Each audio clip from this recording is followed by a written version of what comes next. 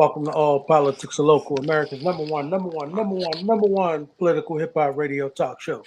Y'all know if it's Friday, y'all know it's time for the Mayor's Forum. Of course, it's the third Friday. Y'all know that unfortunately Mayor Baraka got hung up in D.C. But of course, we've got a mayor on deck. Of course, tonight we've got our beloved brother that stepped in, and of course, Mayor Dwayne Warren of Orange. So we want to welcome our brother to the show tonight. Welcome, Mayor Warren. Can you hear Mayor Warren? He look like he's frozen.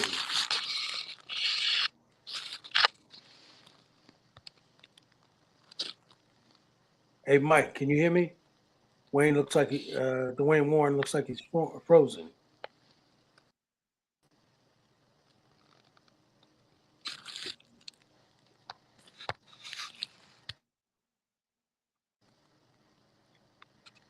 Brother Mayor Warren, can you hear me?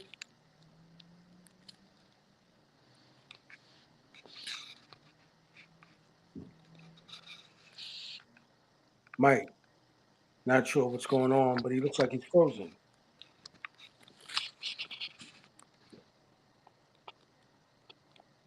Of course, y'all know tonight, of course, we've got a couple of things going on. We're going to have Mayor Warren up first, and then, of course, we're going to have Mary Hamm come in. We're going to talk about voting. And then, of course, at 7 to 7:45, we're going to have Zelle Imani come in. We're going to talk about Black Lives Matters, as well as some of the struggles that are going on in Patterson. Heard that, of course, we wound up losing a young man in the city tonight. So we got we're gonna have Brother Zelle come in. We're gonna talk a little bit about that, and then of course we're gonna talk at 7:45 to 8:15. We're gonna talk to Dr. Shereef Elnahal about what's going on at University Hospital as it relates to the entire COVID fiasco with the new variants and so forth. So we're going to talk about that as well. Brother Warren, can you hear me? I see you moving, Brother Warren. Can you hear me?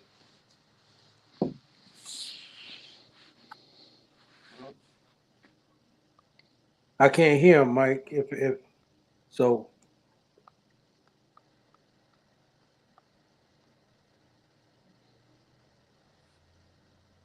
He looks frozen on my.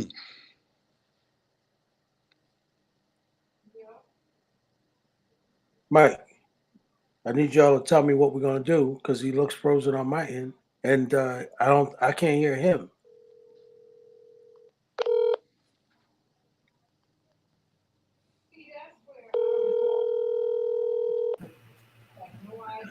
Michael, can you hear me? Yeah, I can hear him. His mic is working. Yes, sir. Am I supposed to be hearing? Yes, you're supposed to be on there right now, and they're about to let you in, unless you are. Oh, okay. So I'm not in yet. Okay. Did you click the link?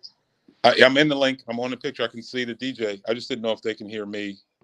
Oh, so they can't hear you yet? We're going to push you on the main screen. Okay. So I should be hearing them. Okay, very good. I can hear you. Right? No, I can't hear them though. Yeah, I cannot hear them. Okay, so but if you can't hear them, So do we? Hey, Mike, do we need to? He looks frozen on my end, Mike. Yeah, but I can hear him, and I can hear you. I can hear you both. Wow. I don't know what happened. Okay, I'm gonna leave now, and then I'll come right back. Yeah, I can hear you and hear him. Okay. So he's gonna go out and come back in. Yeah, if you can go out and come back in. Well, he's coming back. Come out. Come back in. Well, of course, y'all, until Brother Mayor Warren get back in, we're going to talk a little bit about politics. We're going to talk a little bit about the violence going on in Patterson. We're going to talk a little bit about healthcare tonight. We're going to talk a little bit about some of everything, just in terms of trying to, get into what's going on. I don't know, Mike, if you think we should start over again. What do you think? I think everything's fine. Just as long as he comes back in, we can move on with the show. I think because I know we're going to be a little bit more of an issue. But if you want to do that, that's Because we can't. send the link. I don't know if we can edit the beginning of this. You know what I mean? Yeah, I can. I can do that. We Definitely. can edit out this part. Yeah. Okay. All right. So because he looked like he was frozen on my end. It didn't look like I was frozen. You know what I mean? All right. So, Brother Mayor Warren, look like you back now. Yes, Can you sir. hear me? I don't know why, Mike. It looks like he's not moving on my end. You know what I'm saying? That's It just looks me. like it looks like he's frozen. Do I look frozen to you? No, you don't. Right. But for some reason, you look frozen to me. Like you just you're not moving, my brother. Now you're you're frozen every now and then. Okay. I'm not sure what that is, brother. You know, I think maybe the connection is frozen, Oh, but I can hear you. You know, okay. I can hear you. I couldn't hear before, but I went out and got back in, so now I can hear. right. Yeah, because I couldn't hear you. Well, anyway, brother, welcome to the show. Maybe you'll unfreeze as we talk through it. I'm not sure, Mike, if there's anything you can do in the background to unfreeze them for me. You know, because I don't look like I'm frozen to you, do I? Brother No, Warren? Do I look frozen now? Yeah, you Oh wow. you still haven't moved to me. I mean, do you see yourself moving? Yes, I see myself moving. Yes. Wow. Maybe I'm not sure if it's my connection then. You know, Yeah, I think it's on your end, Mike. Yeah, I think it's on your end. It's on my end. Yeah. All right. So why don't I go out, Mike, and come back in? Oh, it's on your end. Yeah, I think it's on your end. Okay. I can see you both moving. Like looks fine on my end. All right. So Mike, I'm gonna go out and come back in. All right. Okay. And then we're just gonna edit the beginning of the show. Yeah, of course. Yeah, no problem. Okay. All right. Stand by, Brother Warren. Yes, sir.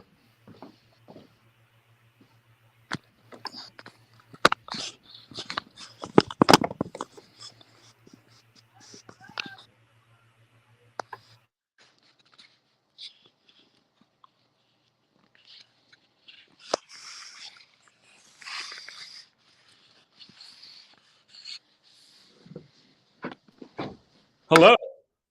Hello, Mayor. How are you? How are you, sir? I'm well.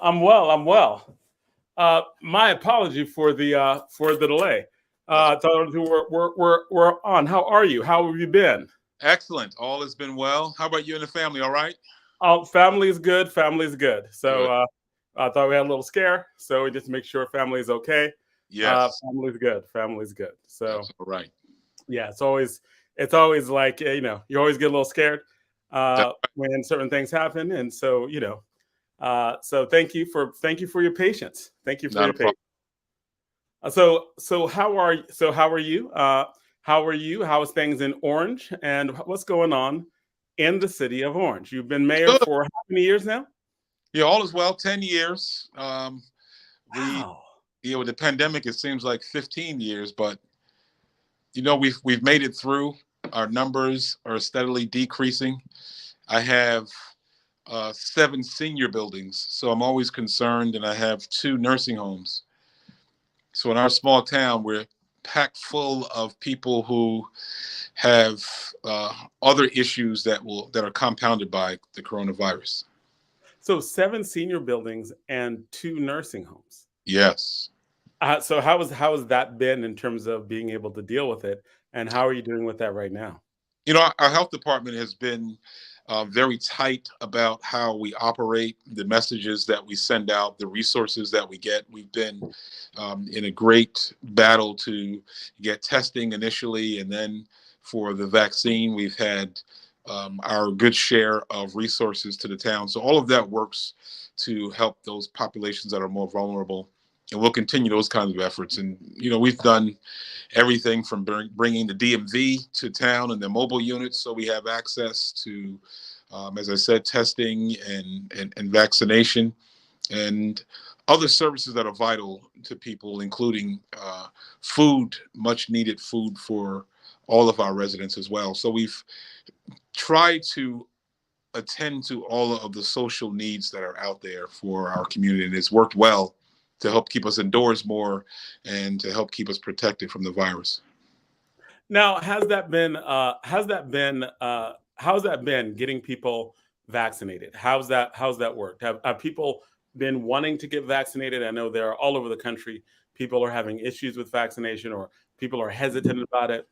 What's the rate of vaccination, especially with the seniors and people in Orange?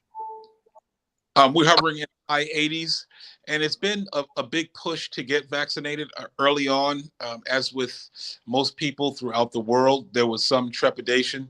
Certainly, we had our doubts about the vaccination early on with the Tuskegee experiment and so forth. But I think we overcame that pretty quickly. I quickly went to the airwaves and had my wife on to explain the vaccination, explain how important it is and how safe it is to people. And all of those efforts, all those public information efforts, me going door to door, handing out information, all of that helped to get people educated about the vaccination process and then getting on board to get vaccinated. And it was also a big help too to have vaccination sites right here in town. So what are some of the steps? Hey, Ed Riley, how are you? I'm good, Jonathan. How are you doing? Ed Riley, good. I all didn't right? mean to ask you that right when you were drinking water. Yeah. What's going on, man, Warren? How are you? What's good, my brother? All is well. I see you moving now. Yeah, I'm glad. Okay. So when you were talking about the getting seniors vaccinated and getting people to trust in it, what are some of the challenges that you had, and how did you overcome them? Well, it would sometimes, it's basically coming from what source it comes from. When it comes from a neighbor, it's different. When it comes from the mayor and I'm out there and people see me and listening to the information that I give about the vaccination. So the source and the delivery of the information is vitally important. And I'm glad that government sectors started to realize that. I'm glad that people who run the television stations and the news stations got to understand that as well. But delivery was key. And then there's science. We had to pay attention to the science and make sure that we had people who were neighborhood scientists, neighborhood doctors, neighborhood healthcare professionals to also vouch for it and to explain it to our residents. That went a long way. And then bringing it to our town where they didn't have to go to a strange place. They didn't have to deal with transportation issues, but to have it right here in town was very helpful as well. Okay. All right. So, Ed, do you have any more questions to ask? What are the numbers now in Orange? What are y'all numbers? Yeah, we're hovering around the high 80s in terms of vaccination. I'm still in Orange. There's still a large population of persons who may not be citizens at this point and still dealing with that kind of trepidation as well. The Trump legacy is alive and well in terms of instilling fear into people who may not be citizens. So that is a challenging area too, but we're starting to break those barriers as well. We're sending out information in various languages. We're doing visits in neighborhoods where we know people live. So that kind of legacy that we had to move beyond was tough, but it was done. Are there any executive orders in place in Orange? Yeah, just issued an executive order that you should wear masks when you go inside. The governor had left it to the municipalities as to whether or not we should continue the masks. I think is something that's vitally important. We did get that Omicron uptick, and the best way to battle that is through vaccinations and through masks and doing all the social distancing that we do. So I thought it important that we continue with the mask mandate, especially as you go into public places like stores or Main Street and so forth. What about proof of vaccination?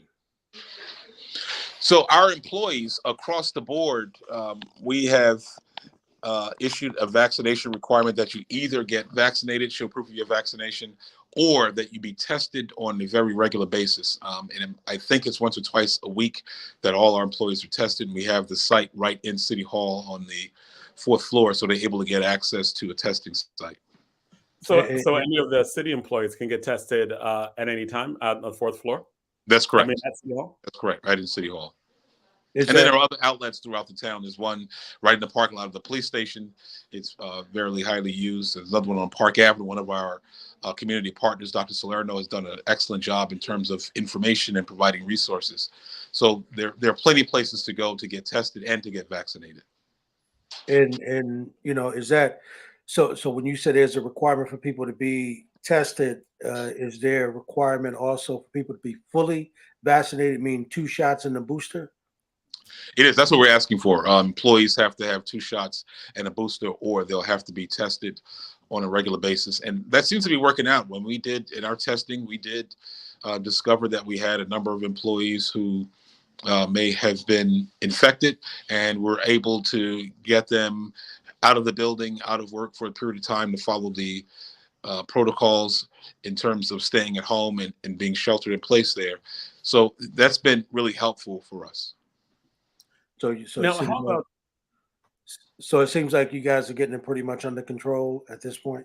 We are, and then we have at the entrance, of course, we have the machines that monitor temperature as well. But we're starting to get rather vigilant about people coming into the building, knowing where they're going, trying to get them access to whatever services they need as quickly as possible, and hopefully at the door if we can. So we're trying to limit access to the building to limit the spread. Now, the question I have is also just in terms of restaurants and people going different places in Orange. Are there mandates that if you go into a restaurant that you have to show a vaccine card?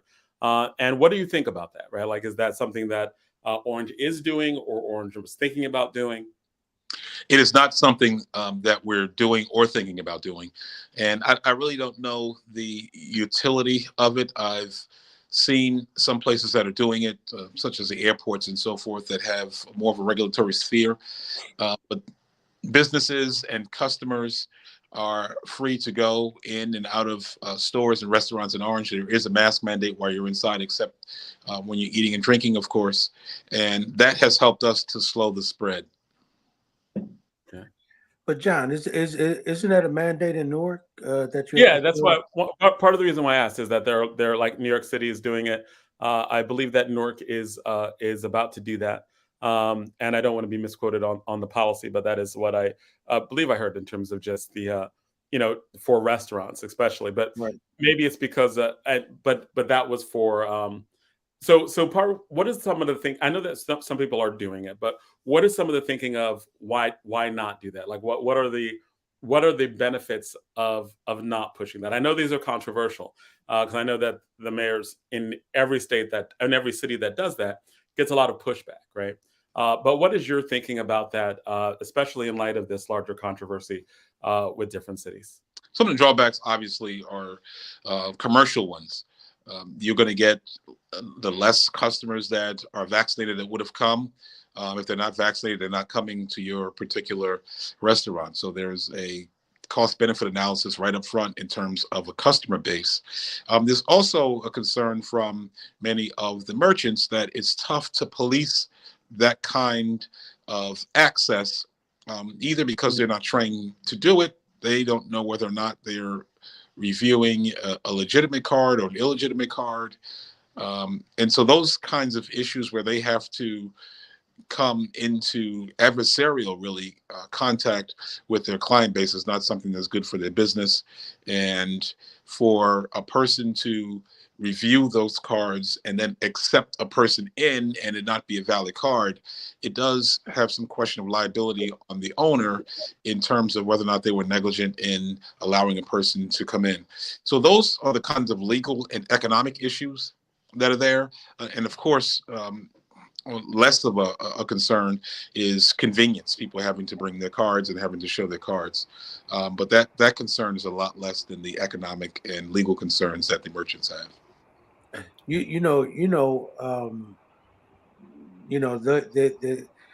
There were folks early on, that were actually, copying those cards and actually selling them for as high as $20 to immigrants. Were you aware of that?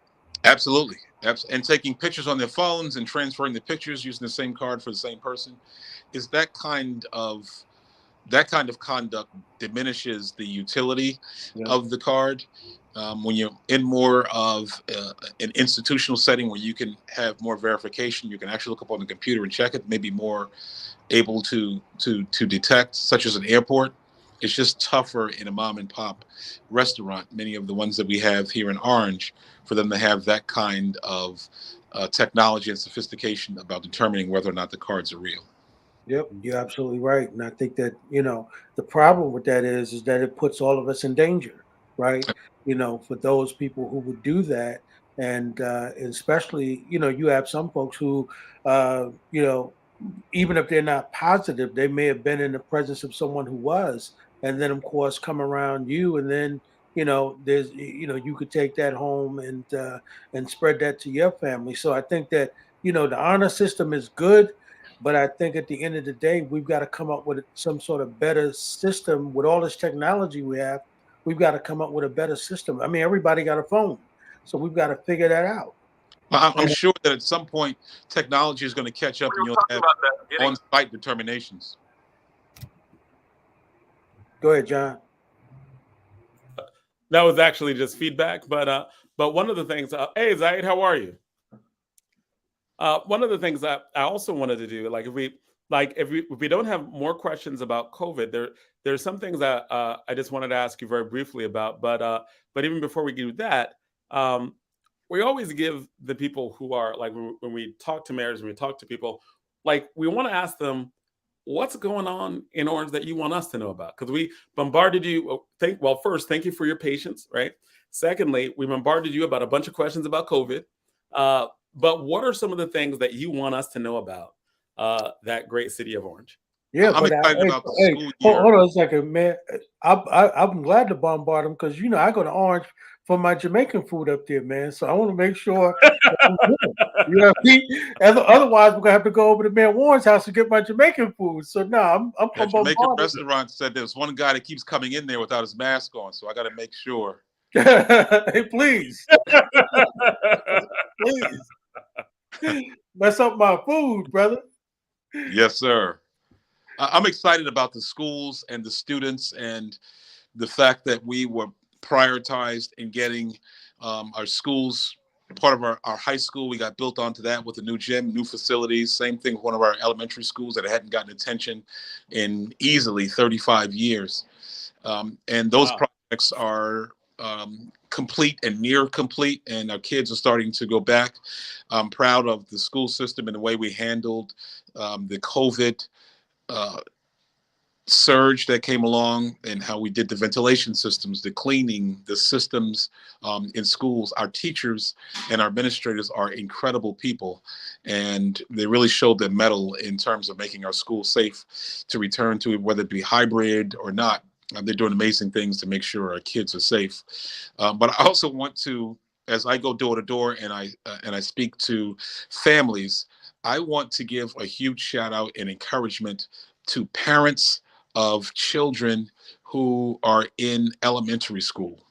To have them home during the period that they had them was, to say the least, mind-boggling. But they did a tremendous job in keeping it all together and keeping families together. We were fortunate enough to have counselors ready to go when needed for any kinds of issues that students may have, and some did. But just proud of the parents that stuck to it, made sure their kids stayed on track, and just had the patience to deal with rambunctious kids in their homes longer than they would, and not in school, away from their friends and so forth. So big shout out to parents. I know that my kids would be different today because I would not have been able to, first, I wouldn't be able to master the technology, and then to have them on point for each of their classes and assignments. That was just an amazing job. So kudos to all of the parents. If you go throughout Orange, you're going to see different landscapes. You're going to see different buildings. You're going to see some development that's going to hopefully go to our bottom line. A lot of developments are including public projects as well, where they're building. They're also going to start to pave streets and sidewalks. That's an expense that we won't have to shoulder on our own.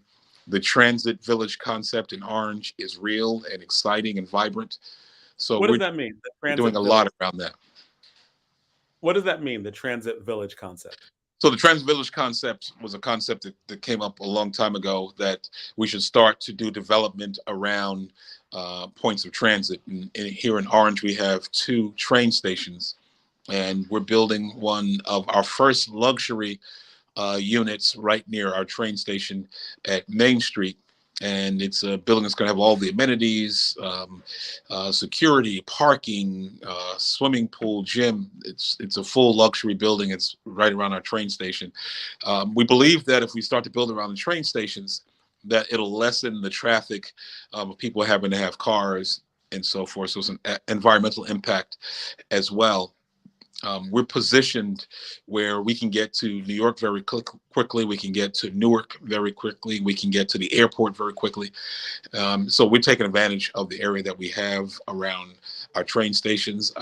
We're in constant fight to make sure that those units are affordable to people who want to live there. They're built in such a manner that they don't encourage a lot of children to come. They're meant for those who want to be in smaller units. They want to be part of transit, and they'll grow from this housing to the larger housing offerings that we have in the city of Orange Township. Okay. So what you're telling me is that that there's gentrification that's coming, but so I mean, that are they going to be or those are going to be the more expensive units, or how are you dealing with that, right? Like, because whenever we talk about development, and it sounds great, right? It sounds great, but we always deal with, like, there's that, and then what's the other side of that? How's Orange dealing with the other side of that? Yeah. So as a political science major, 35 years ago, wow. As a political science major, and are you telling us how old you are, brother? I'm getting up to be Austin's age, so I better slow down. That's all right. That's all right. So gentrification means that, we're building new and replacing the people who were there with new people. Fortunately, I don't have that particular construct. Most of the land really that we're building on was vacant or commercial or industrial. And so we're making better use of properties that were there, from getting them to generate more revenue for the town, to the aesthetics of the town, to the safety, to being able to attract new families.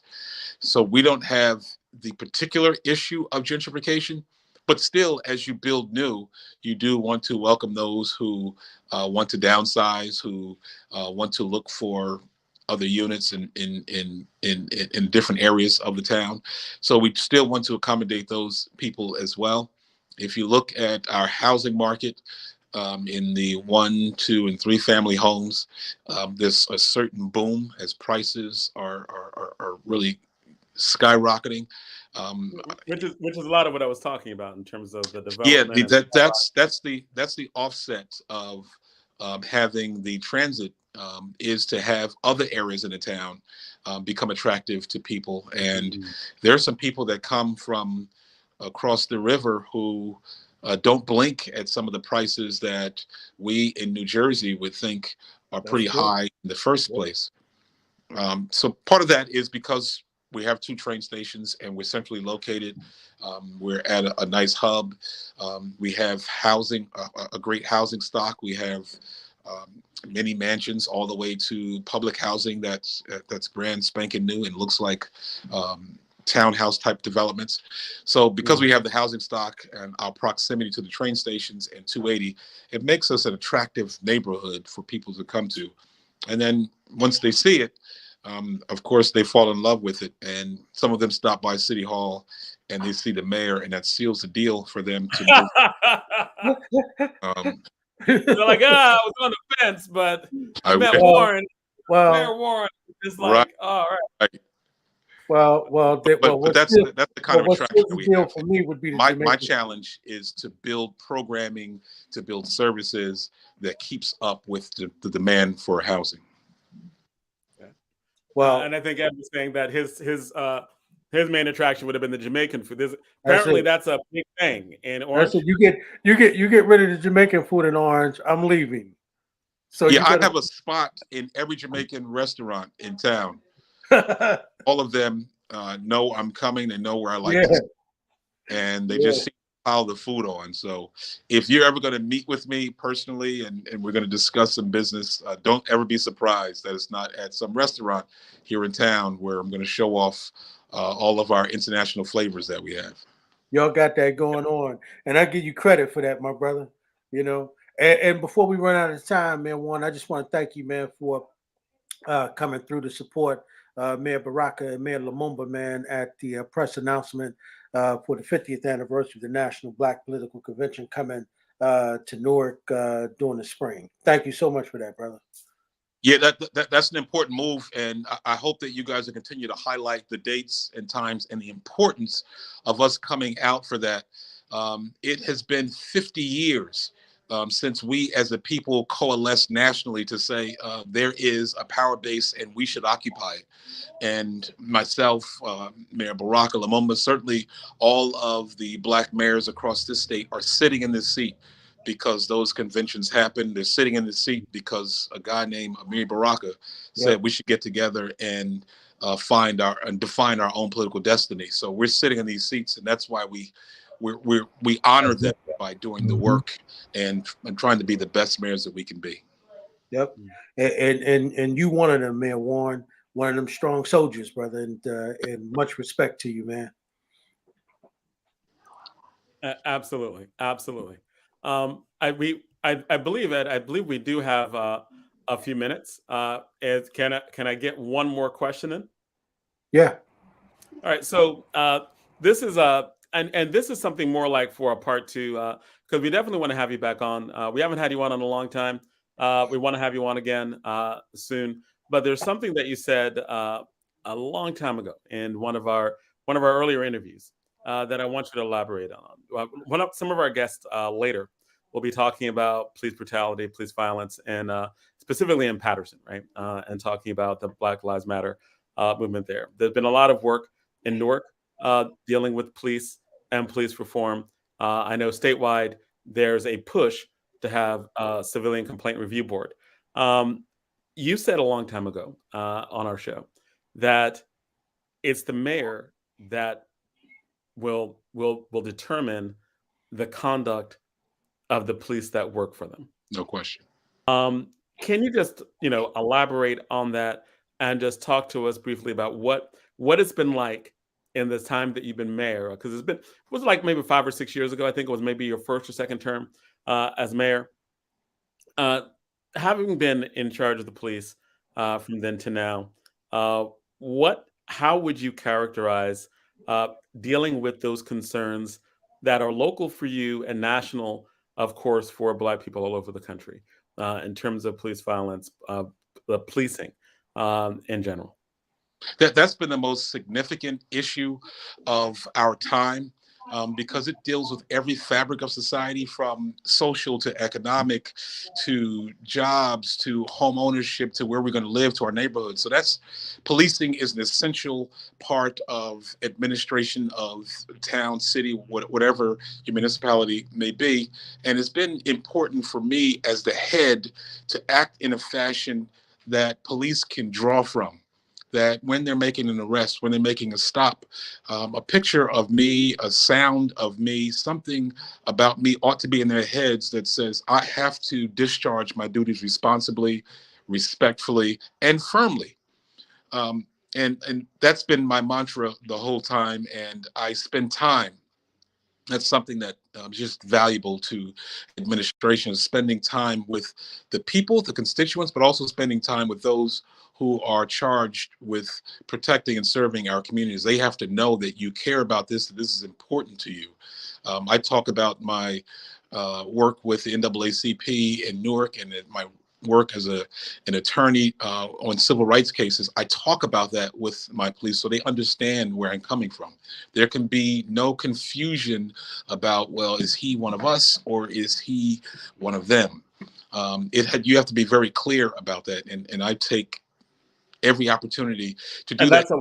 And that's a wild statement, right? Like, and that question of, Yeah, and they receive it. they're They one of receive us it. or they're one of them. Yeah. You were saying? And they receive it well. They have to know that we're on the side of righteousness, on the side of making sure that our constituency is respected, and we want to uphold the law, because there are people who pay a lot of taxes that want to have a safe environment, and we want that as well. But we want it done respectfully and in a way that's going to make sure the life of the police officer is safe, the victim certainly is safe, and the defendant is safe, and let the justice system do its job at that point. I have a vested interest in this. My wife and I have raised a black boy who is now 22 years old. Wow. He went to private school that was mostly white at Seton Hall Prep. He went on to Howard University and graduated last year. And Wow. he had to be a part of this environment. He watched this, he saw this. And so I had a vested interest in making sure that him, his friends, and people his age are delivered into a society where they're not walking down the police, fearing the police. They're walking down the street in their own respect, in their own dignity, knowing that the police are there to protect and serve. So I had a very vested interest in it and carried it out with strength. But I also have the hidden secret of having my brother as the police director.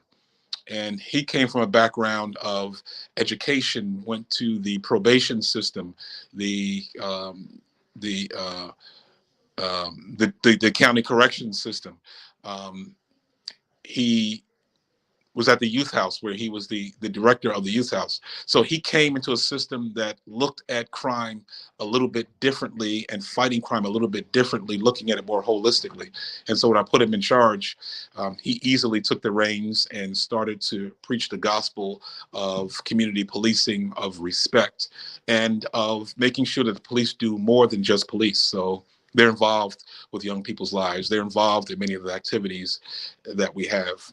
I don't pay them a lot, but the dual roles that they play, the activities they get involved in on their own are priceless. And I appreciate all of the work that they do. But it comes from he and I at the head, making sure that message is out there. And if you put it out there in a way that's respectful to police, in a way that you help police grow and you start to recruit police properly, it'll all just start to mix. And we're experiencing that now. We had a young police force. We just made some promotions. So it's a good time to be in policing if you want to be a police professional. And that's what we're training our officers to be. See, but that's why, Mayor Warren, we need mayors like yourself to share that with other mayors, and particularly white mayors, right? They need to hear that, man, because I heard Eric Adams say the same thing. He said that one of the first charges he told the police officers when he took over New York, he was not going to have them abusing particularly black people, and that when they go to make an arrest, or they go to stop someone, they need to hear him in their head, right? And that if they violate that, know that they're going to be fired, right? Because we're not going to tolerate you treating black people. And I think that the advantage that you have is the fact that you have your brother. He said the same thing about having his brother next to him, right? He took all kind of flack about, making his brother, his chief security officer, and people saying, why is he getting that position? Hell, man, who can you trust more so than your brother? That's right. And so if you have the advantage of being able to talk to your brother as the chief of police, damn well if the police are abusing people, your brother is not going to lie to you if something went down in the street, man. That's right. And that's the benefit, I think, of having brothers like yourself, man. And then, and also your background, Brother Mayor, having friends like Mayor Baraka coming from, that whole environment of protesting and standing up for what's right for our people. I mean, you got that. And so you the right person for the job. I think that y'all just have to carry that message to other, not only black mayors, but y'all got to carry that message to white mayors so that they get it, man, so that they don't abuse our people. No doubt. And so and I like that you talked about that potential, that balancing act, right? Because you hear about the current mayor of New York, Eric Adams, and what the balance that he's talking about, right? Like in terms of he's strong on police, but he was also protesting against police brutality, has a history of activism, and it seems like, you know, dealing with in a city that there's a balance that you kind of talked about. You have to treat everyone with dignity, but you also have to make sure that the people in the city aren't abused, right? I know that, you know, Baraka is in Newark is having to deal with the same balance, right? Like in terms of having a street team, having, you know, anti-violence prevention things. And every city is different. Every city has its own needs. But it's important to point out that Mayor Baraka, Ted Green in East Orange, certainly Tony Boston Irvington, are being creative about the use of resources to make sure that we're touching people who we normally would have treated just criminally, and having a different mentality about how we approach policing and how we approach crime. And people are responding to it. We're getting neighbors. Can you break that down for us? Like you said, having a creative approach. You said that like these mayors, like Tony Voss, yourself, Green, are having a creative response to and people with people who we would have criminalized before. What does that mean? I mean, we would have normally in suburban towns when you and I grew up. I grew up in Newark. It was a tough time. The Newark people were leaving Newark instead of coming to Newark. Crime was tough, and it would not have been easy for me to foul up under the law in Newark when I was growing up and get a station house adjustment and have my record clear and still be able to go on and lead a productive life. That just didn't happen for us. Right. Now that we're in positions of authority, we can make those kinds of decisions. And so the juvenile that is growing up into adulthood is not strapped with a criminal record based on something he did as an immature juvenile, something that we could have helped him with. And we take that time to mentor them. And so they have connections that they make throughout life. There were so many high school kids that graduated now that were not doing their best in terms of conduct when they were growing up, but we connected. And because we connected, I would be able to stop in the park or stop on the street and ask them what they're doing. That kind of relationship is smart because kids know that you care. There was a time when, as a neighbor, if you called the police would go and investigate and say, Miss Jones, your next door neighbor, called the police and we're here to investigate. Doing that a little bit smarter, being able to have the investigatory tools without having to mention someone's name who sparked the investigation so that they stay protected and encouraged to look out in their communities.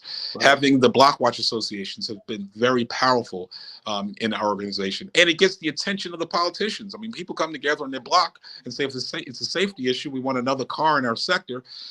For them to get all the neighbors together and call the mayor and said, all 50 of us are here and we need you to be here.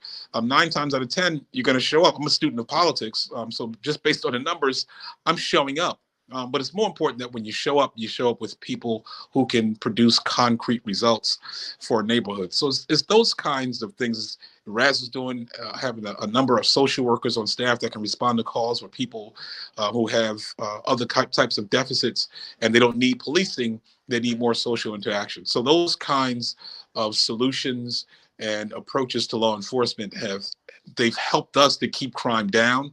They helped our police to be more efficient. And they also help us in terms of what we're doing our development, in terms of getting more investment into police equipment and resources.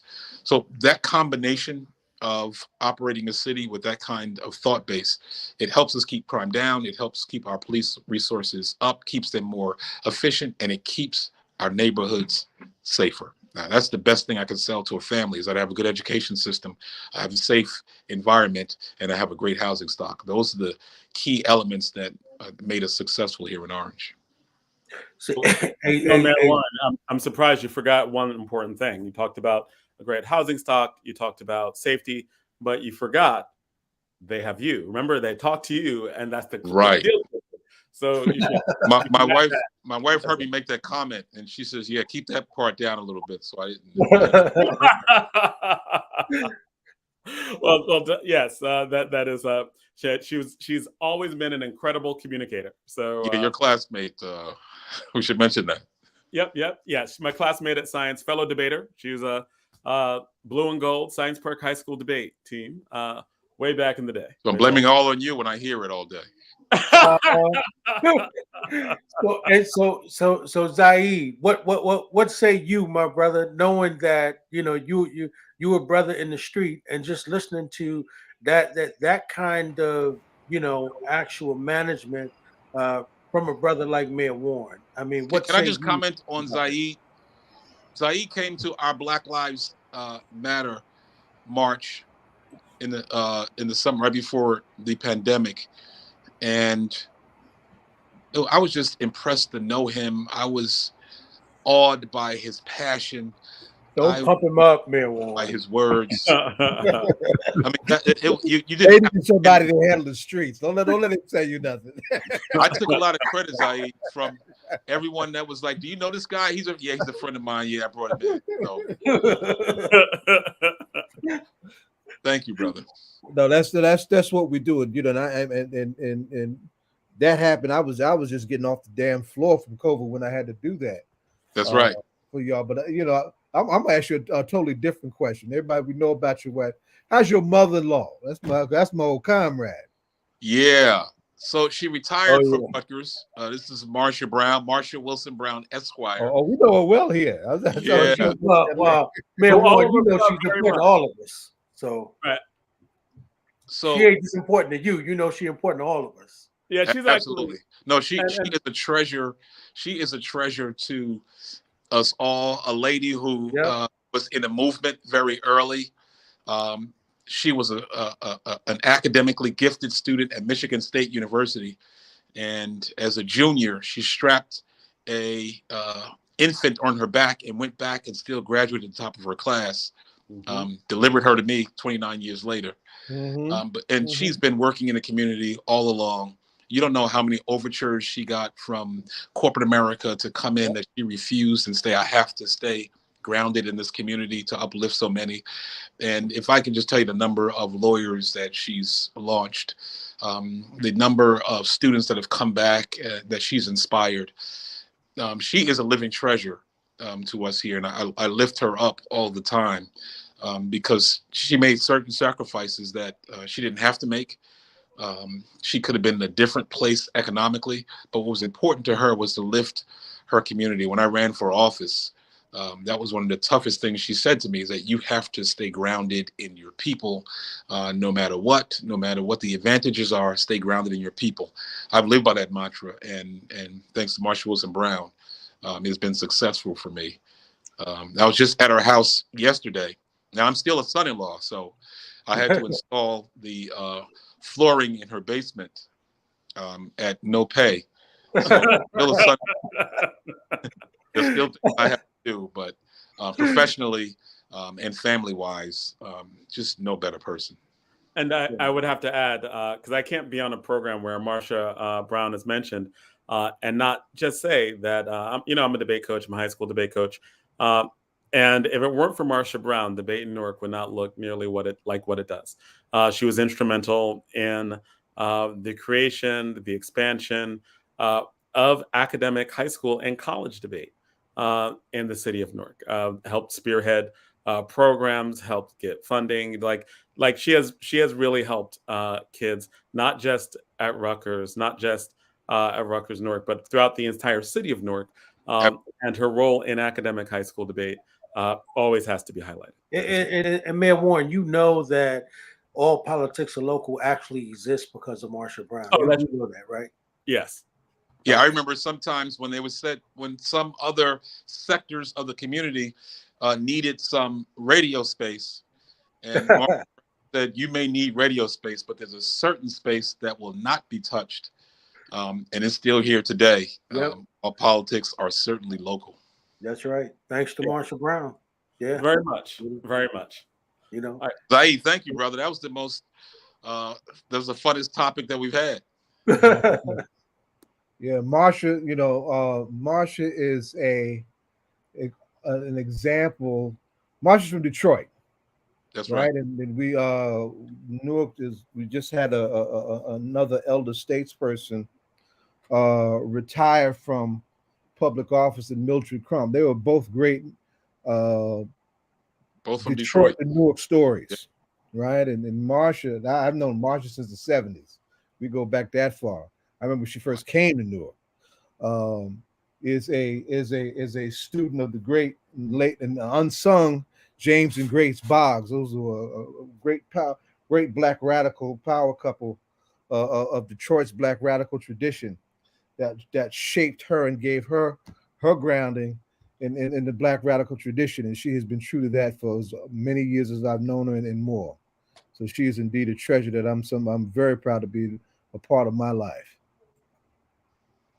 I know that we are getting ready to have the segment come toward an end, but we want to make sure that we end it off well, and have you tell us, what can you leave us with Orange? Because we're going to have you back.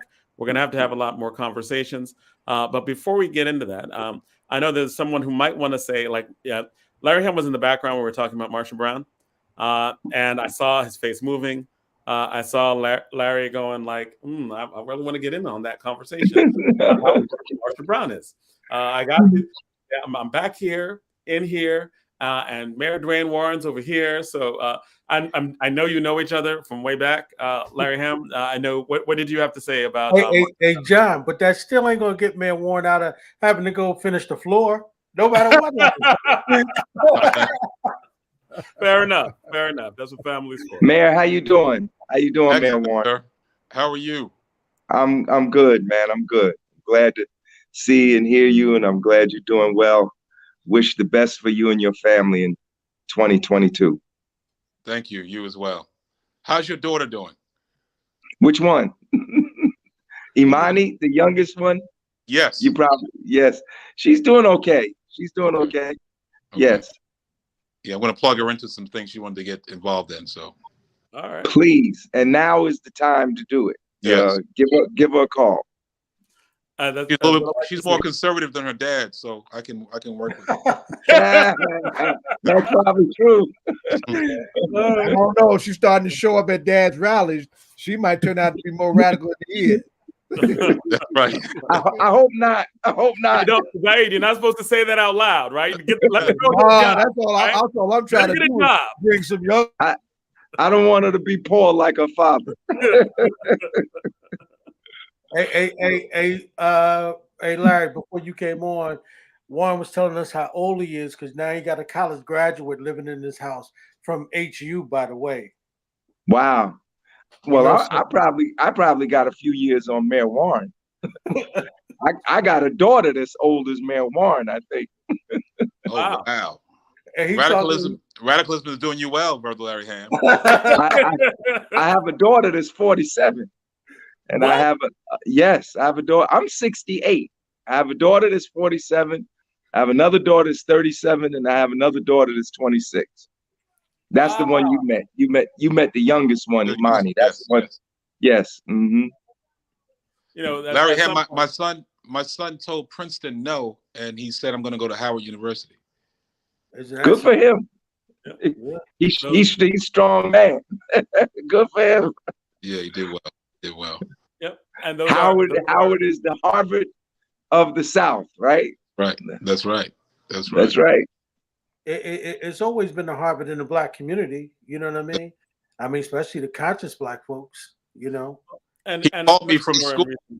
He called me from school and said, "Dad, they have a banner of Ras Baraka and his father up here."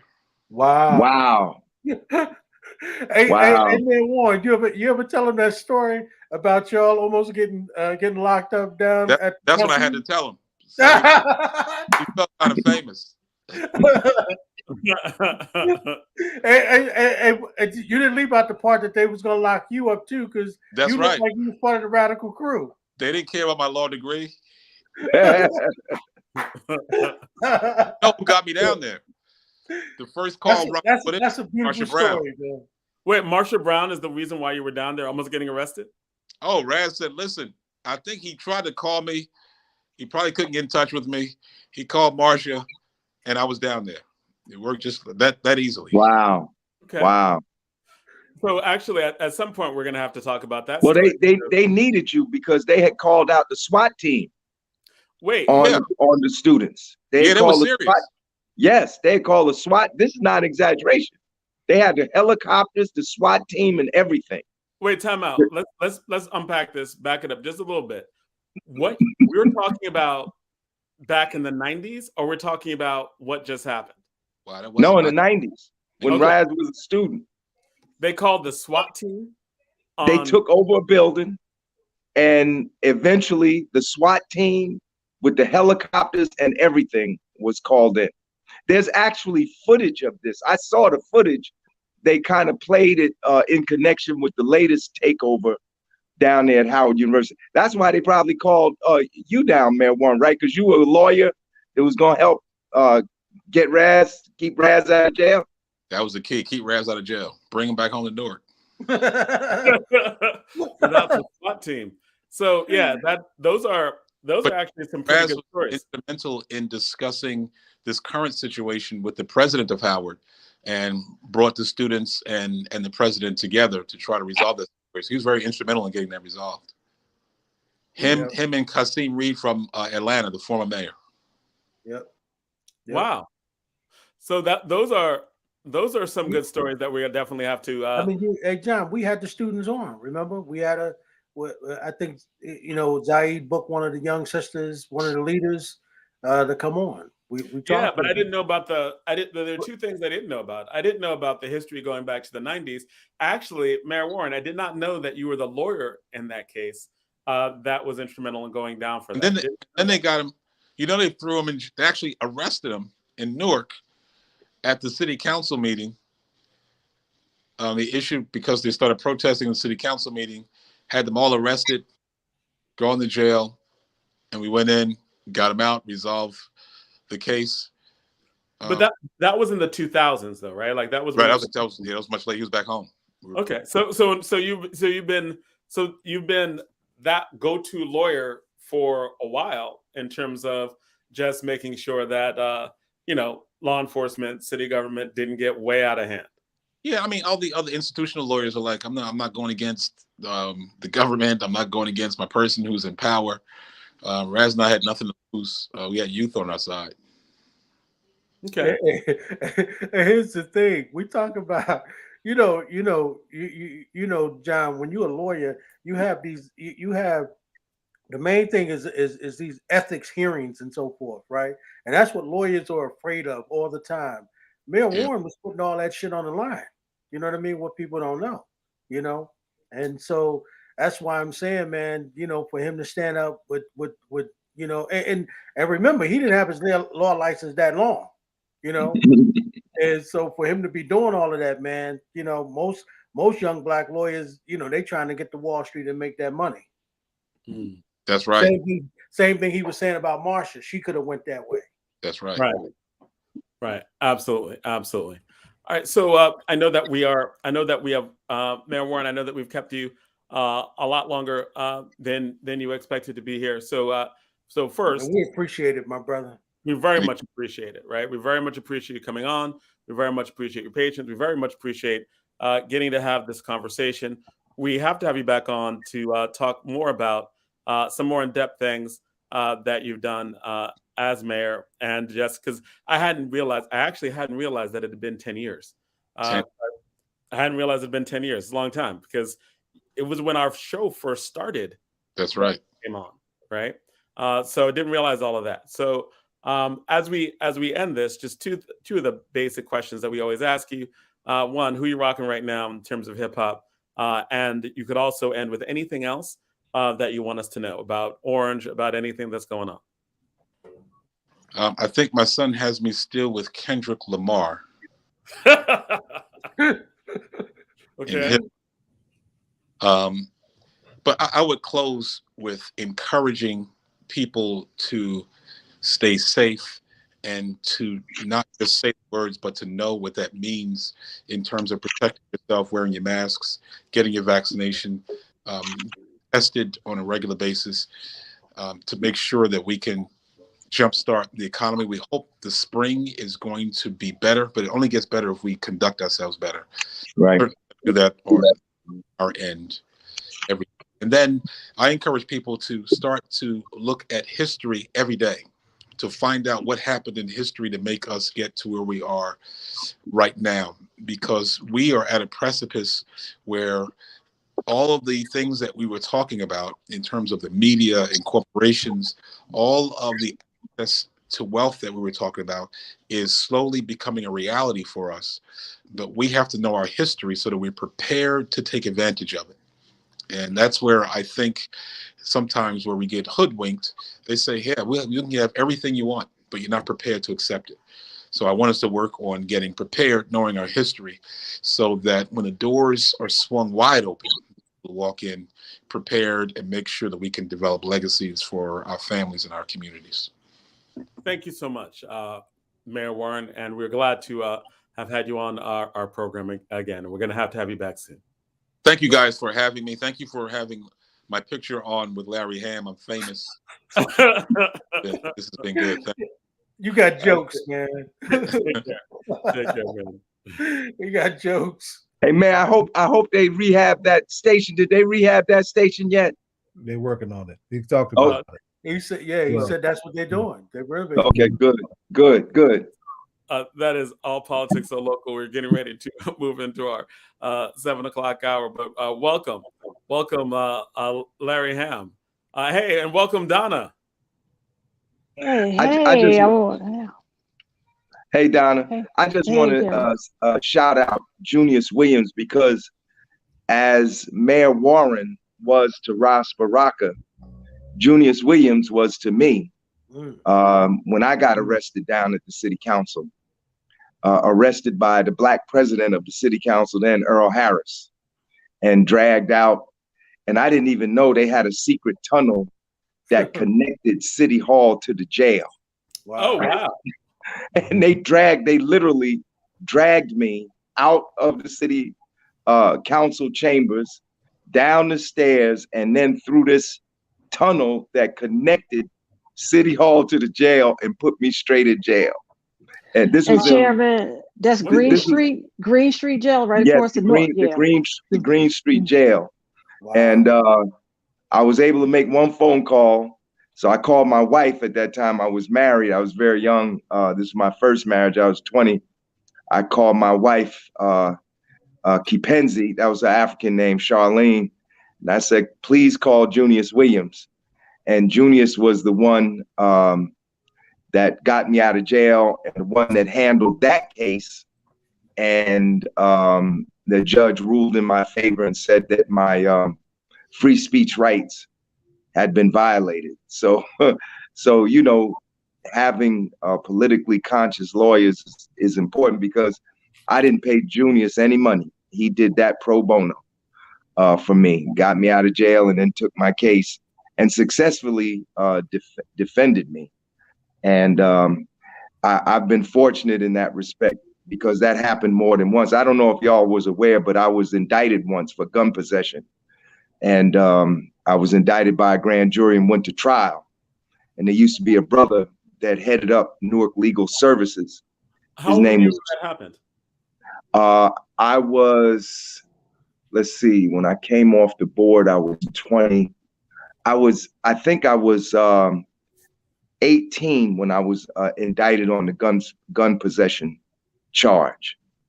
And I had been on the board for about a year. I was 18 or 19. I wasn't 20 yet. It wasn't my last year on board. I think it was my second of a 3-year term. And there used to be Essex Newark Legal Services used to be on the corner of Central Avenue and North 5th Street.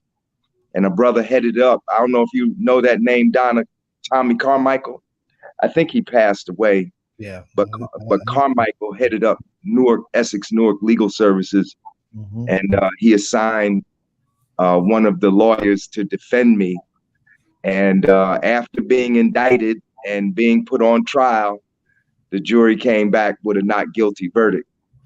So there's a role for conscious, progressive, or revolutionary type lawyers to play to help keep the activists in the land of the free. And just a clarification of that, in terms of when you were 18 and that gun charge, was that part of the way that police try to undermine young activists? Was it a level Yes. of like you got set up? Yes, it was a setup. It was I had responded to a call from students at Vailsburg High School. It might be hard for a lot of people to believe this, but at one Very time, different West Ward back then. That's right. Vailsburg was an all-white community. That's right. And, right, and they had black students there, and the black students in 1972 at Vailsburg formed a club called the Swahili Club. And the sisters that formed it are still alive. One of them still lives in the West Ward, I believe, Debbie Hall, who is the sister of Charlie Hall, who's the president of the Retail Workers Union. Charlie Hall was, Debbie went to Vailsburg. Charlie, I think, went to Weequahic. And Joanne, oh God, I can't remember her last name. I think her name was Joanne Darsaw, but she got a married name now. But they were the two students that formed the first Black culture club at Vailsburg called the Swahili Club. And they had, believe it or not, a program relating to Martin Luther King, and it wasn't even King holiday yet. So the white parents were outside protesting the fact that these Black students had this Black club and they were having a program about a Black man named Martin Luther King. And they called me because they said they were afraid to leave. So they were protesting Martin Luther King because they were like, nah, not that King. Nah, right. He's radical. He too dangerous. Well, you know what Anthony Imperial called Martin Luther King at a rally at Tom's Restaurant, which was in the North Ward. He called him Martin Luther Coon. And you would hear that frequently. You know, the North Ward was a hotbed of reaction. And so we went up there to get the students out. We got them out. But by the time I got back downtown, somebody had called the police and said that I had a gun, and I didn't have a gun.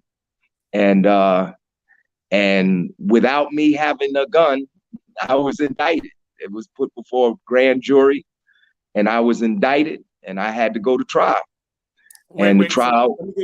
Hold on, let me get this right. So you went to a rally to help some students who were forming a Swahili club and saying good things about Dr. Martin Luther King, not the Black Panthers, right? Not Nat Turner, not Turner celebration, Martin Luther King. Right. And you were on the bus on the way home, and someone had said, White Laura Hamm got a gun. Right. And they went to you, no gun, didn't find anything on you. No. Right? But yet you were indicted. I was indicted. A prosecutor had to go, you are going to go to jail for gun possession. Right. And you didn't have a gun. Right. Right. I mean, I got a letter, a certified letter. I had to go to the post office at that time. Huh? Say that again? You're lucky you didn't get murdered at that time. Well, there were constant threats on my life from the time that I was appointed to the board. There were death threats on my life. My mother was always like crying, you know, because people would call the house.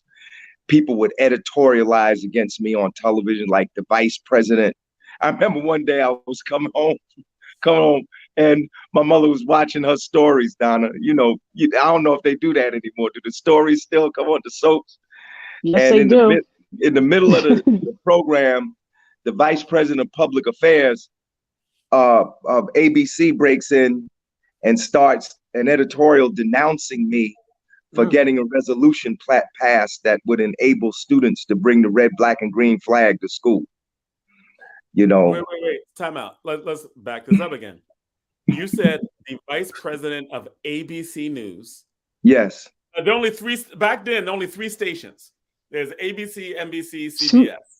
Right, and right. PBS. There was Channel 13. 247. Yeah. Right. And his was mother's 5, watching the stories. Yeah. Of those three. And his mom is watching the stories. Yeah. Right. Of those three major networks, each of them probably has stories. Right. Right. They interrupted the soap operas for the vice president breaking news to talk about you. Right. You can look it up. Like if you look up Lawrence Hamm Black Liberation Flag, even though there was no internet at that time, somehow articles from 1971, New York Times magazine, New York Times newspaper That's on the internet. Microfiche. Miri Baraka, who was known as Imamu Baraka at that time, told me that he was in Dar es Salaam in Tanzania. He heard about it in Dar es Salaam, Tanzania, Africa. Wow. Because the New York Times was like the international, paper. But I was always under the gun. I went to court I was on trial several times while I was on the school board. I was under investigation by the Attorney General for draft evasion. Like somebody of the United States? The Attorney General for New Jersey, the New Jersey Attorney General. Somebody was timing me, right? They knew I was 17 because remember, the Vietnam War was in full effect and the protests were in full effect. So I was appointed at 17. So somebody was waiting for me to turn 18 to see if I would register for the draft. And I didn't register because remember, there was a draft back then. There's no draft now. But back then there was a draft. And if you were 18, you had to register with the draft. And you didn't register, you were breaking federal law and you could potentially go to Leavenworth, and remember Muhammad Ali wouldn't go, right? To fight in Vietnam. And they were going to send him. His name, they went after him with the draft. That's right. They were going to send him. He was found guilty. That's right. And they were going to send him to Leavenworth. That's right. But his lawyer appealed it and, he got off and he didn't go to the Supreme Court. Yeah. But I think it was Anthony Imperiale. He was like waiting for me, to turn 18. And I turned 18. I didn't register. And they were on me, the Attorney General, But, it was always something. It was always something. It was like death threats. We used to have Board of Education meetings. I remember one time we had a Board of Education meeting. I think it was at Abington Avenue School in the North Ward of Newark. And I refused to stand to salute the American flag. You know how they salute the flag at the beginning of all the meetings? And they stood to salute the flag. And I wouldn't stand to salute the flag. Just about the whole crowd there was white because the North Ward was still pretty white then. The whole crowd surged and charged the stage to physically attack me. And all the board security, because they knew I was like a hot, a hot item, right? So they had plenty of board security on hand. And all the board security came and ringed the stage.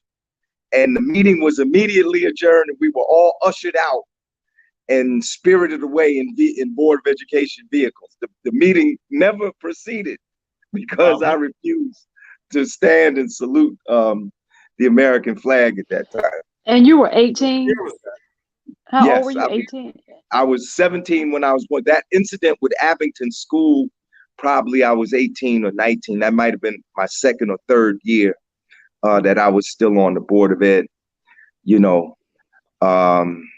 It's really hard to convey in words the ethos of the time.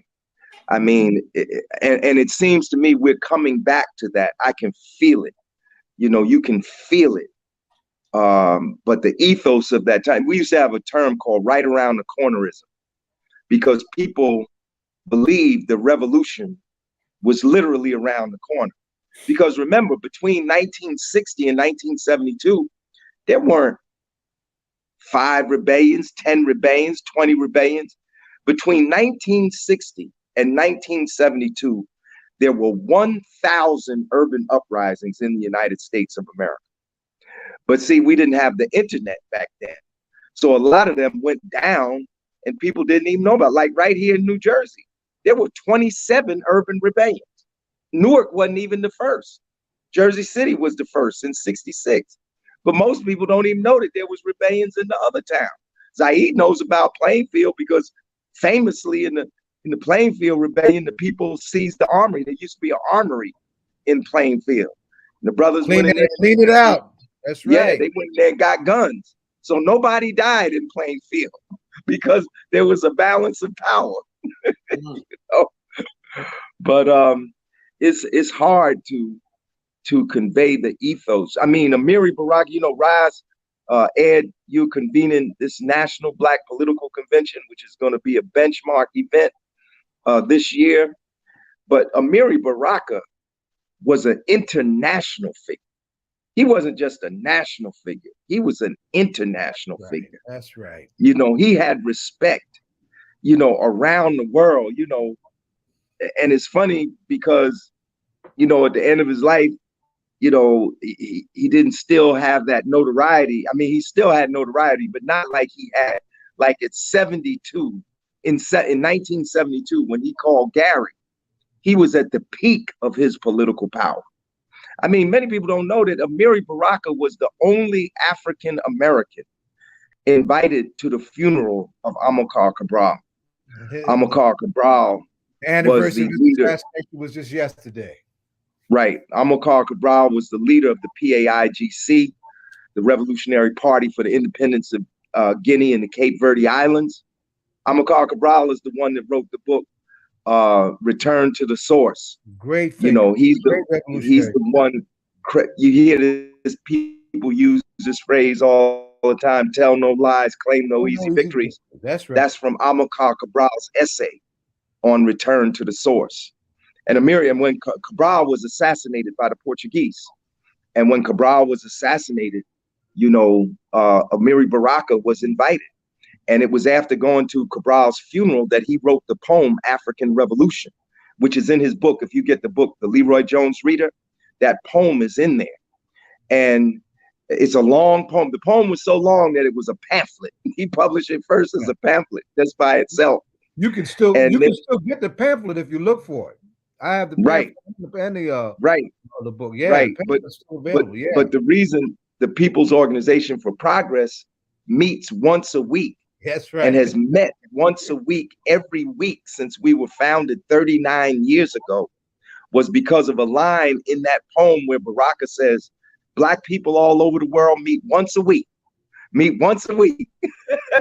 and that inspired us, you know. I said, well, we ain't gonna be able to do nothing, meet once a month. You know, we gotta meet once a week. And that's really, that's a true story. That's not just like a made up kind of thing. It's a true story. Chairman, you know, yes. Mayor Warren just put in the chat notes to send condolences to Bob Pickett. I was just saying that. He said Bob Pickett passed. Oh, yes. And I guess that's why y'all asked me to come on tonight, right? Well, I'm not. Yes. Is that why you asked him to come? But yeah, he just said make sure we talk about that. Mayor Warren said absolutely. That. Well, and the reason the mayor would say that is because Bob Pickett was a resident of Mayor Warren's town, Orange, New Jersey, owned a beautiful mansion. That's all you can call it, is a mansion. Owned a beautiful mansion. Beautiful home. Yeah. Yes, in the Seven Oaks section of Orange, New Jersey. I met Bob Pickett 50 years ago. I met him as I was transitioning off of the Board of Education, because Bob Pickett eventually, I think he might have become the first Black legal counsel for the Newark Board of Education. I might be wrong on this, but when I was on the board, all the legal counsels for the board had been white. I think the last one was a fellow named DeFilippo, who wasn't a bad guy, by the way. But I think Bob became the counsel for the board, and Bob Pickett, you know, contributed to the body of legal work challenging the system by which public schools are funded in the state of New Jersey as being inherently unconstitutional.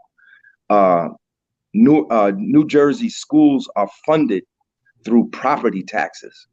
And because some towns are property tax rich and some towns are property tax poor, you get an unequal distribution of state resources to public schools.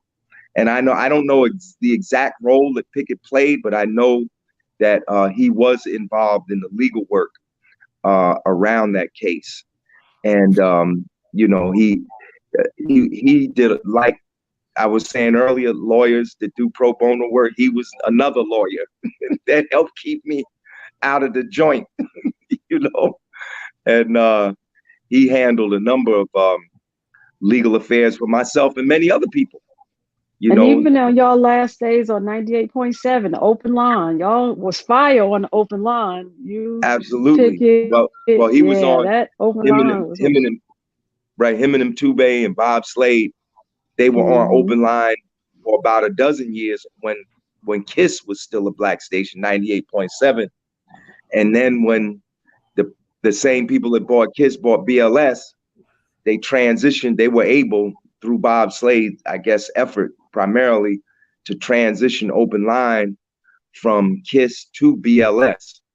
You know, it wasn't an automatic thing. You know, these people that bought, you know, because I don't know if a lot of people know, BLS is a black market station, but it's not a black owned station anymore. Not anymore. That's right. Not anymore. It's not a black owned station. And, you know, maybe one day y'all will do a show on the whole state of black radio. Let's put a pin in that. Let's put a pin in that because we need to, just by virtue of the nature of this particular show. Right. That station was bought and sold and it was like the last wave of a corporate way within the industry to buy off black stations to minimize the power of black talk radio. We need to be real clear about that. Right. Right. Very strategic. Very strategic. Listen to this now. This started during hip hop's golden age. And during hip hop's golden age, black radio was indeed a drum for our community in a way that we haven't seen it in a long time. And so the industry came in and did that to our radio stations, while at the same time, you know, putting the clamps on what's being promoted by the industry in terms of the music's content.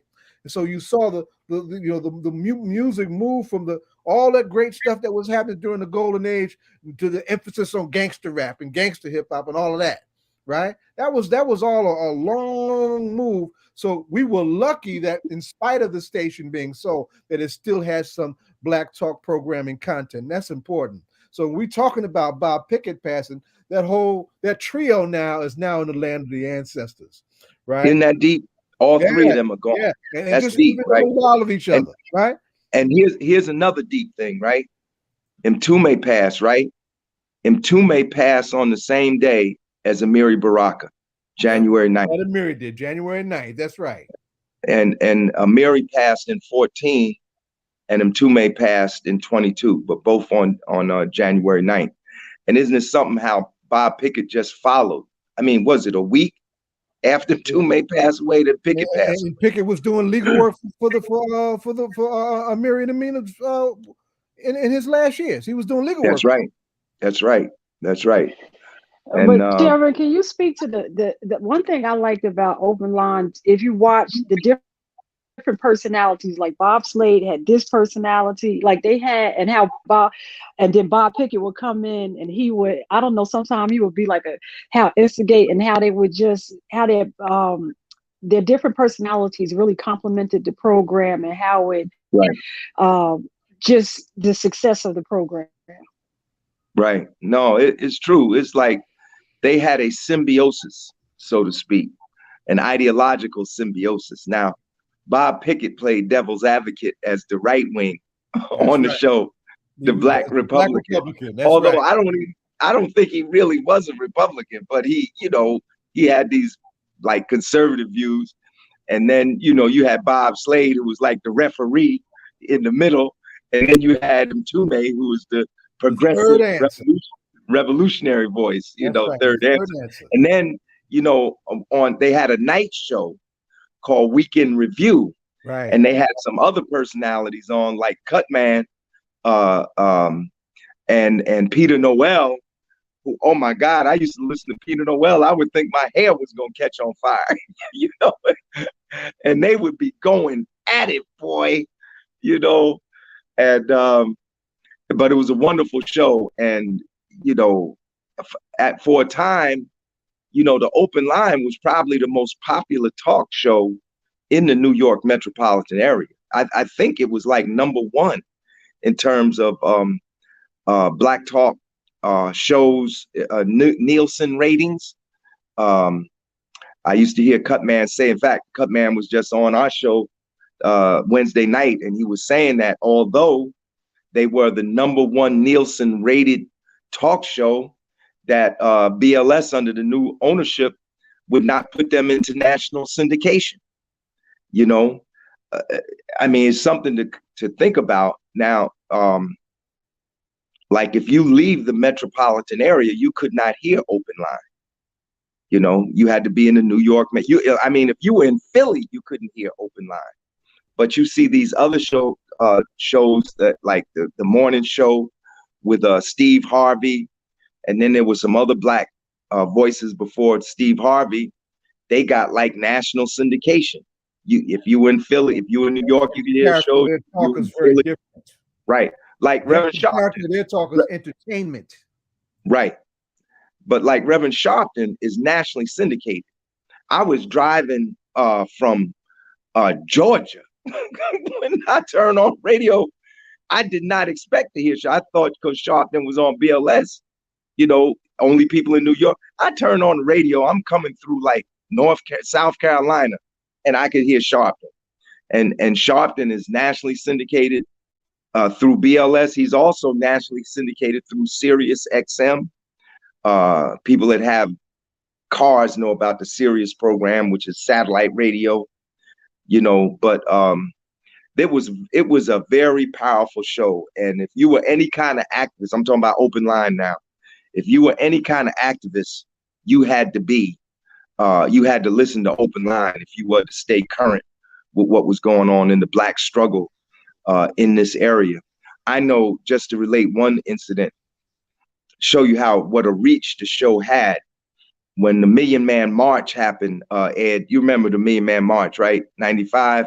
Yeah. When the Million Man March happened, we had the New Jersey Million Man March Coalition, and I wanted to announce our buses, and they let me come on and announce the buses, right, that we had on the Open Line, the morning show. Brother, this is true. This is not hyperbole, exaggeration. The announcement wasn't even over before my phone. And at that time, we didn't have cell phone. We had landline in the house. And at that time, my home number was the pop number. Man, my phone rang every minute for 2 days. I could not leave. I did not leave the little table that my phone was on in the house for 2 days. That's how many people were listening to Open Line. That I would hang the phone up and it just ring. And that's how we filled up. That's how we filled up like over a dozen buses that left Lincoln Park the morning of the Million Man March. Imagine that. It looked like some kind of army caravan. We had so many buses and they was all filled, you know, and had 255 buses out of New Jersey under the banner of the New Jersey Million Man March Coalition. 55,000 people, right? That's right. That's right. Wow. But we're Larry, gonna miss in the beginning of the We're show, gonna miss Pickett, man. We're gonna miss Pickett. We're gonna miss him. Toomey. I met him Toomey in 1979. We had a mutual friend, and I was at that friend's house, and Toomey was there.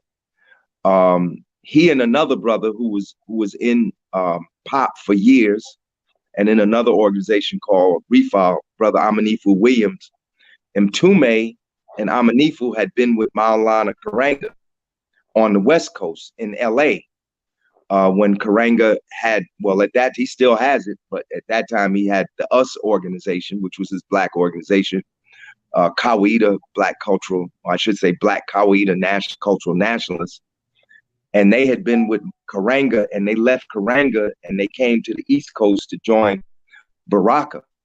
And Toomey had been in the organization, in both organizations. He'd been in Karanga's organization, he was in Baraka's organization for a time, you know, and it was just last year, I think, in 21, or may have been 20, that Toomey told me personally, told me for the first time. It wasn't the first time he had told a story, but told a story of why he had to leave the West Coast. And it's a hell of And a I'm not, story. I'm not going to tell it. I'm not going to tell it here, but there were people who were going to kill him. And that's why he had to get out of Dodge, and get over here. And then once he got here, he moved in the musical direction. His father was Jimmy Heath, the jazz musician, and Tume comes from that tradition. And, he's left a giant footprint on the music industry. Right. But me and him, Tume, used to debate. For the first time we met, we was debating. He used to debate all the time, But he and Bob Pickett were strong supporters of POP. If we were doing something, I could call either one of them and they would announce it on the open line show, and one of the best things People's Organization for Progress did about 10 years ago, we gave, may not even been 10 years ago, may have been less, but we gave all three of them an award at a program we had at Abyssinian Baptist Church in North. I'm so glad we did that because, my conscience would be very upset if we hadn't done that. While they were alive. One thing, Jonathan, if we could put a pin, Larry started off by saying something in the beginning, and maybe during History Month, we can talk about this. Newark has a underground downtown that many people don't know about, that it goes from the courthouses all the way down to Penn Station. And it's a very, and I'm sure Junius knows about that. And maybe we can bring him on to talk about Newark's underground and how far how built up the underground was, and the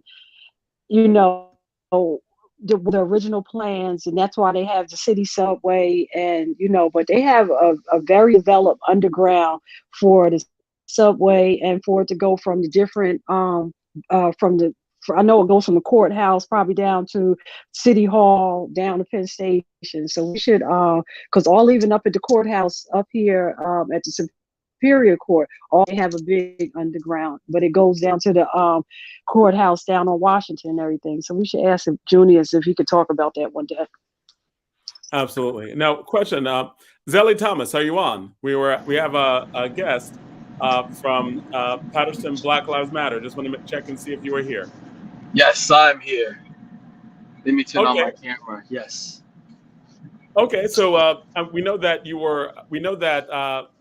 are working on with Black Lives Patterson, right? Yes. And one of the things I always like having Larry Hamm on a lot of times when we have these conversations as well, just in terms of and of course Zaid, who's always our co-host, to have conversations with activists about what's going on within the community that people are dealing with. Zaid, can you give Zelle a brief introduction? Zaid? I'm sorry, as you just did. It was right, but I mean, more in terms of Zelle, I have been going on. I have been blowing you up, over the last couple of years by virtue of what you've been doing in Patterson, and most recently, especially, I really was trying to get you on in the summer when you did the summer program with the young folks of Black Lives Matter, and you've been holding the line out there in a way that's very important. So when we talk about, for most folks in folks' imagination, they think of Black Lives Matter. They don't think about it locally, right? But we have some very powerful Black Lives Matter expressions locally, and Zelle represents one of our best expressions of that here in New Jersey. And then we just said we have a brand new case, unfortunately, of a police killing in town, and we just also had the horrible distinction of having the state legislature and the governor make mockery of the use of body cameras with this bad body camera bill that they all just signed in on. And beside that, his particular branch of the Black Lives Matter does some very good mutual aid work that I know he wants to share with us also. So that's who you got here on the show with you tonight. You got a young heavyweight blasting away. All right. And I know that we're probably having some technical difficulties before. So we're going to definitely have to have you back as well to flesh through all of this. But for the time that we have you, what's going on, man? in Patterson? Yeah, thanks for having me. Like what is not going on in Patterson, right? Just like what is not going on in all the communities that we're living in across the country. Right now, we are experiencing, violence because white supremacy is violence, and how it affects us and harms our communities, like just is impacting us on many different ways. So right now in Patterson, we're being affected by obviously the COVID-19 pandemic. Still, we're being affected by the effects of COVID-19, exasperating poverty, exasperating food insecurity. We're faced with police violence, and we're faced with a lot of the community violence as well. And most of the times when people think about Black Lives Matter, they think about us protesting against police violence, and that we're fighting for people whose lives got stolen by police officers. When in actuality, that Black Lives Matter isn't just about fighting for the people whose lives were lost. It's also about fighting for the Black people that's still here living with us today, and we're fighting for them not just by protesting, but by mutual aid as well. So maybe you who are maybe watching me right now on Facebook or on live see me in this jacket because even though it's 20 degrees outside, me and my team were just outside doing community outreach, passing out dinners to people out there in the streets. And we was doing that since 6 o'clock right now. So I'm freezing right now, but you have to think to yourself that people are freezing and people are hungry.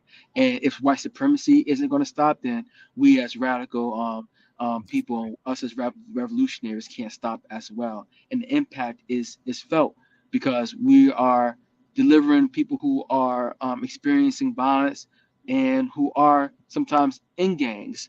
And we had a community shooting the other day, Wednesday, where a young teenager's life was lost. And we was out there passing out dinners today, and people are saying to ourselves like, yo, there needs to be like a ceasefire. And hey, if we need to call up some big homies, Black Lives Matter, let us know, and we want to be a part of whatever y'all doing. So mutual aid is community building, and even though it's slow work, it is the work. And Zelle, say his name because they did a good young man. I know he graduated. He had a full ride to Montclair State, and he was taking great groceries to his grandmother's house, as I heard the report. And he got caught in the crossfire. Could you say the young man's name? Because I don't remember. Yeah, his name The is young man that just got Robert. killed. Yes, Hmm. Robert. I'm not sure how to spell his last or say his last name, but I think it's Quadra. But Robert, he was 18 years old. He had a full ride to Montclair State University. He was not in the streets. He was just literally helping his grandmother bring in the groceries, and he got hit with a stray bullet. But when we talk about Black Lives Matter and we talk about the work that we're trying to do against police violence, it's about redirecting the funds that's being placed in police institutions and putting that money into the things that will actually keep us safe, like putting the money into recreation, putting the money into youth, putting the money into anti-violence initiatives that will actually keep us safe, not police officers who are just taking away our budget and not really keeping us safe. And in many aspects, as we've seen in Patterson, are the ones that's actually perpetuating the violence themselves. Yeah. You talked about a ceasefire, and you talked about getting people together for that. Yeah. What did you mean by that? And how is that working in Patterson? And what is your involvement with that? Yeah, so the ceasefire isn't something that is um, in any initial steps right now. It is something that other leaders who are part of different street organizations have reached out to us about floating the idea, and this is something that's just been floated to us today. So we are like literally in the initial steps of trying to figure out what that could possibly look like and what some of the asks should be, because it shouldn't just be about the ask that we have among street organizations, but also the ask that we have from our elected officials as well, because they're the ones who have the money, the resources, and they need to be putting those resources into these individuals. All right, and Larry, you can. I always like when you and Zaid enter these conversations because I think that there's always a generational thing that's important to have. So do you have any questions? Yeah.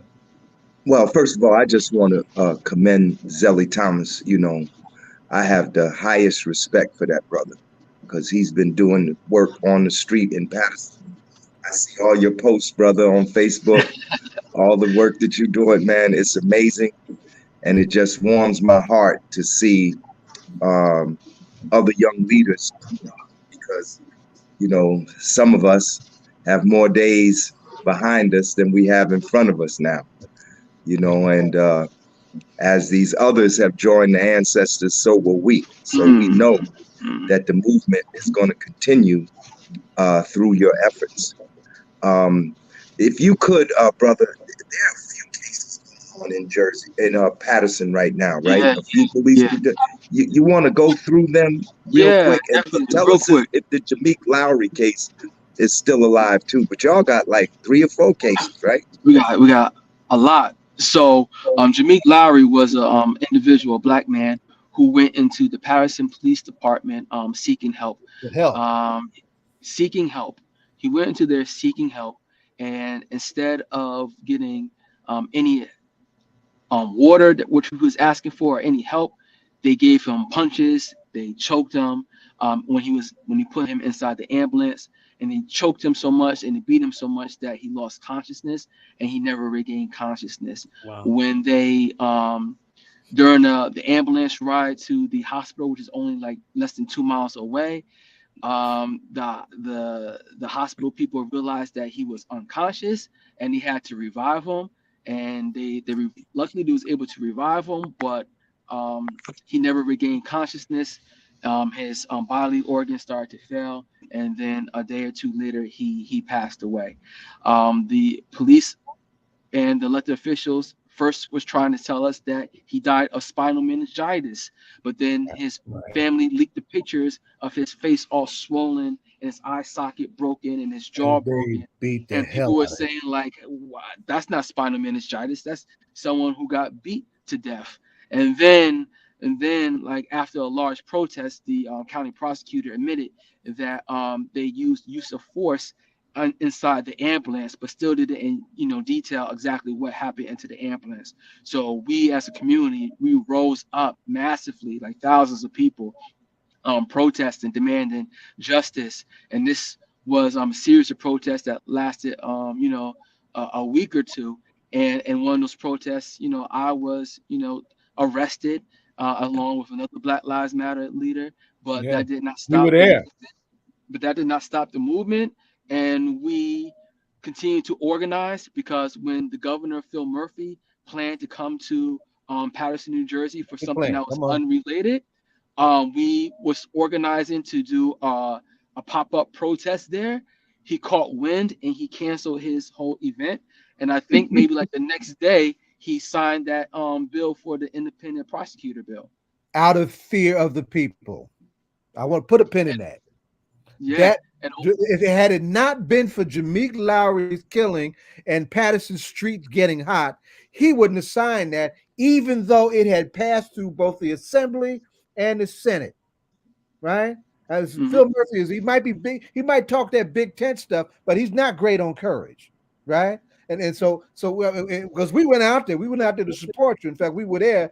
Ademo and I were there when y'all got arrested. In fact, I had to marshal that crowd off that side street because they were ready to vamp on that whole crowd on that side street, right? And folks didn't really know how to deal with that, right? But that was a very important moment for the whole question of police reform in the state of New Jersey. The only reason that we have that bill is because that brother died under those conditions, right? And the streets got hot, right? And we need to appreciate the importance of that. Now, Zelle Thomas, I know that we had some technical difficulties at the beginning. We're gonna have to have you back on our show to really get into these issues, right? I love that Larry got into the Lowry case and started to give it some context. But we really need to have a conversation with you that is a lot longer, where we can unpack a lot of this stuff. I also want to have you, but when we have you back, to also have both Zaid and Larry talking about some of the things they talked about earlier, like Larry talking about the experiences he had as a kid in terms of organizing. So I think that this conversation should be a larger conversation because it seems like you've been doing a lot and you're going to be doing a lot in the future as well. Yes. There's a lot that's going on, and I think these cross generational conversations are immensely important about this. Before we head to the next section, we do want to ask you that question that we asked. All important question. What's in your ear, Zelly? What's in your ear motivating you to go out in those streets to do this work at 20 degrees? What hip hop artist or group are you listening to that before you put that heavy coat on? I'm listening to Stevie Wonder. Where? Well, Stevie Wonder never Nothing wrong rap. with that. Okay. So there ain't nothing wrong with that. Some of us listen to Stevie Wonder too. Yeah. I'm really late. You don't have no hip hop artists on your playlist these days? No hip hop Oh artists? yeah, I definitely got some hip hop artists, like Kendrick. I'm listening to the new Nas, but I don't know. Like I'm listening to a lot of Stevie lately. Ain't nothing wrong with that, son. There you go, Jonathan. You gotta have that balance. You You gotta hope, have that love, and balance. optimism. It's not who you're rocking with hip hop right now. It's just who you need to get by. And right now, you just told us who you need to get through this day and these cold nights. So we appreciate that. So the comeback needs to be sooner than later too, because we got a lot to talk about. I'm glad to see you on the streets. Like we got that. We got some definitely more to talk about. That's current that we need. Right. To we want to. Like Zelle, we want to get you on in the next 2 weeks. So that's fine. We'll be giving you a call later this evening and just scheduling that so we can have you on and unpack this and get really to some really good conversations on this. So that's awesome. That sounds great. All right. So thank you so much for coming out. Let me just say, Zelle Thomas is in the tradition of SNCC. They went into the jail cell that night that me and Zaid went up there. Zelle and Hank Newsom were arrested. But here's the thing. They did a live, I don't know how they did it, but they did a live Facebook broadcast from inside the jail cell. I said, that's 500. That ain't 100, that's 500. So here comes the book, Letters from a Patterson Jail. Okay. Right. Letter from a Patterson Jail. That's right. Broadcast from a Patterson Jail. Absolutely. And we are going to bring you back and we're going to unpack these conversations and we're going to definitely get fully into it with the time that we need to have with it. So thank you so much. Thank you. All right. Right on, son. All right. So thank you so much. And that is this next segment of All Politics Are Local, America's number one political hip hop radio talk show. We are definitely going to have Zelle back within the next 2 weeks, scheduling so we can really fully unpack that. We are honored right now to have Dr. Shereef Elnahal, the president and CEO of University Hospital in Newark. Heard you on the radio today, bro. Mr. Hamm, great to see you. Good to see you. And good to be on. Thank you so much, Jonathan. No, thank you for coming back again. You've been on our show a number of times. Actually, some of my relatives have shown some of our previous segments to inform people about COVID, right? Like in terms of have them watch this, and after they watched that, they were educated and they had different perspectives than they did coming in.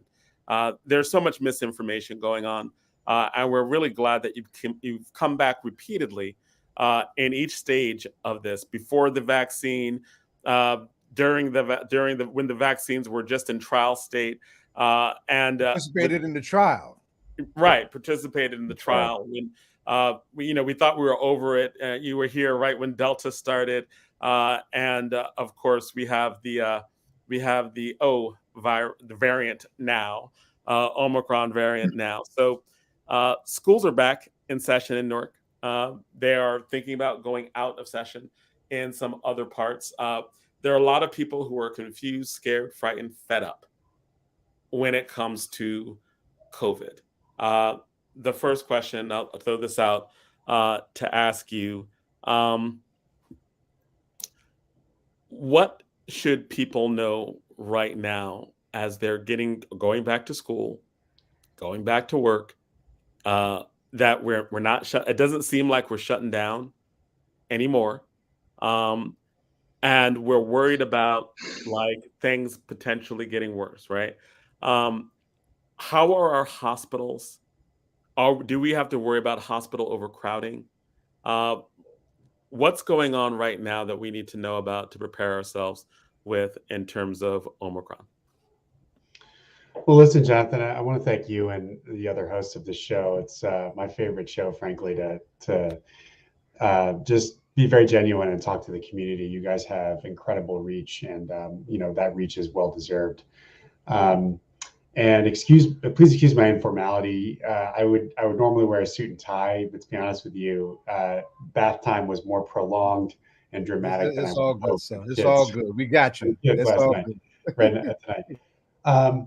So look, yeah, this is a really frustrating time, and I want folks to know that people in, at least in our hospital and most hospitals, but also in the public health community, I think get that. And it's been frustrating. I mean, the public health guidance is changing. We have Omicron. Nobody anticipated Omicron, or at least how transmissible it would be, and how many people would get the disease despite being vaccinated, even though it does reduce your risk of hospitalization by 90% if you got it. What I'll say is, I do think there's hope. There's hope, and I think what we probably need to do better in public health is define what the end game is here.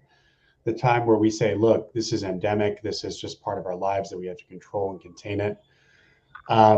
Here's what I'd say. Omicron, for better or worse, and I think for worse for a lot of people who are vulnerable and are in our hospital right now. But for better for a lot of people, because what it's going to do is it's going to confer immunity pretty fast to the population. So I think that there are some estimates that show up to 50% of people will get Omicron. Even if you're vaccinated, you're boosted, you're less likely to get it. But when you're vaccinated and boosted, you can rest assured you're probably not going to be admitted to the hospital or have severe disease or, God forbid, require a ventilator or die. And remember, that's the primary reason for vaccination. That's why we do it. But in any event, after that happens and you get up to half the population infected, that's going to mean something for immunity and herd immunity. And I think after that, we're likely to have a much better situation. That timing may be in the spring, early summer, but it's something to look forward to if we get through this. And vulnerable people should be very cautious and really try not to get it, because it can still send you to the hospital. I'll stop here because it's a big question. Yeah, and also just you said some things that I've heard for the first time here, right? You said that from Omicron, close to 50% of the population could get it. And there's a term that I haven't heard since, like, the Trump administration, like really in the early, when they were talking about herd immunity. You're talking about herd immunity now, right? Help me unpack this, right? Like, because you're actually the first person that I've heard talk and say that word since like early on, like before I used to hear it from right-wing Republicans and Trump talking about going for herd immunity. And part of the reason why I really want you to unpack this is because of all of the confusion that's been had over so long. We've been hearing conflicting things. So you're saying that. And of course, they talked about it in a very dangerous, unscientific way. So we need him to couch it in clear scientific terms so we understand it clearly. Right. So from your perspective, what do you mean, like that close to 50% of the population of the United States is probably going to get Omicron, and from that we'll have herd immunity? Unpack that for me. Yeah. So let me just sort of define herd immunity. I think it's been used in unfortunate ways, especially by the prior administration, in terms of what they were trying to argue for. But really all that means is that, you have a certain percentage of the population, people think that's close to 85%, that has some degree of immunity against the virus. Once you reach a certain threshold of immunity, as long as that immunity is maintained through time, fortunately in this virus it's not, which is why we have to keep getting boosted, but at least for a period of time, you have enough people immune such that the virus can't statistically spread. It's just statistically unlikely that it'll encounter people who are not immune. And at that point, case rates drop precipitously. You can get there in a few ways. One way is to vaccinate, which is the safest way, and the way that will protect the community the most, and without loss of life as a consequence. The other is to just let people get it. You know, if you can control people not getting it, but you choose to let people get it, then that's an unfortunate sacrifice and loss of life that's unnecessary. The problem with Omicron is that even people who are taking all these precautions are still getting it. And that's how transmissible it is. So it's by default, I think, unless we shut down again, which we know what that has done. The consequences of that we're still paying for in a lot of ways. I don't think anyone wants to go back there. But it is more mild on average per person. And that's the difference. Yes, vulnerable people and older people are still getting sick. But certainly on average, we're discharging more people. They're staying in the hospital less. Fewer of them as a percentage are requiring ventilators. So we might be in a situation where most people won't be affected by this long-term health-wise, but a huge percentage of the population will get it. And if they do, then we might get to that protective level of herd immunity for the whole society. So, Dr. Elnahal, I just want to know, what does it look like now? If I think that you received some National Guard members, if you could talk about that as well. But what does it look like, a case coming in today versus a case that came in maybe a year ago? You know, is that person having a quick turnaround, leaving an emergency room, you having less admitting patients as a result of COVID? Can you talk about what does the patient look like coming through the hospital today? Yeah, exactly right, Donna. So on average, the patients who get the disease, a much smaller percentage of them even feel sick enough to go to the emergency room and get evaluated. So it is a much more mild condition on average. Of course, some people are very vulnerable by age or by how many diseases they have, or simply just by frailty that happens with older age when it comes to diseases. Yes, they're still coming to the hospital, and unfortunately, some of them are still dying. But as a percentage of the people who get it, it's much, much lower. And even the people who come to the hospital, they're usually out within 3 to 4 days. That's the average. It was a much longer length of stay before for patients with COVID and earlier variants. And fewer of them really have to go to the ICU. But then we do have people in the ICU right now going up because the most vulnerable people are starting to get it. And I think that's part of the story here. It's that if it spreads to a certain degree, yes, the most vulnerable people will be exposed, and that's an unfortunate consequence. So we're still dealing with this right now, and the military is going to be helping us across the board. They're going to be pretty much in every corner of the hospital, emergency room, operating room, and also helping us with a tent outside for folks around the time of discharge to make sure they have a safe ride home, but also to make enough room for the hospital for new patients. This couldn't come in a better time, not just for patients and families, but also for morale in my hospital. I mean, these are folks who are tired, guys. I mean, they're just tired of this. It's been 2 years. We thought, and I tried to paint a light at the end of the tunnel in the beginning, that by the summer it would be a lot better. But this keeps coming back, and it's been tough on everybody, but in particular, it's tough on healthcare workers. So I would encourage all of you to just thank a healthcare worker, do something nice for them. They're going through almost as bad of a time as they did in 2020, and it's just not getting the same public attention. And that's happening for our folks at university as well. I want to build on that point. Adema, you have a member of the People's Organization for Progress who's gone through a lot as a healthcare worker. You want to shout her out? You're muted. I'm sure President Elnahal knows Sister Benita, who works at the hospital. Benita Herndon. Yes, of course. Yes, Sister Benita, and of course she's very active in POP, and she helps keep us connected to the hospital. We are very much concerned about the hospital.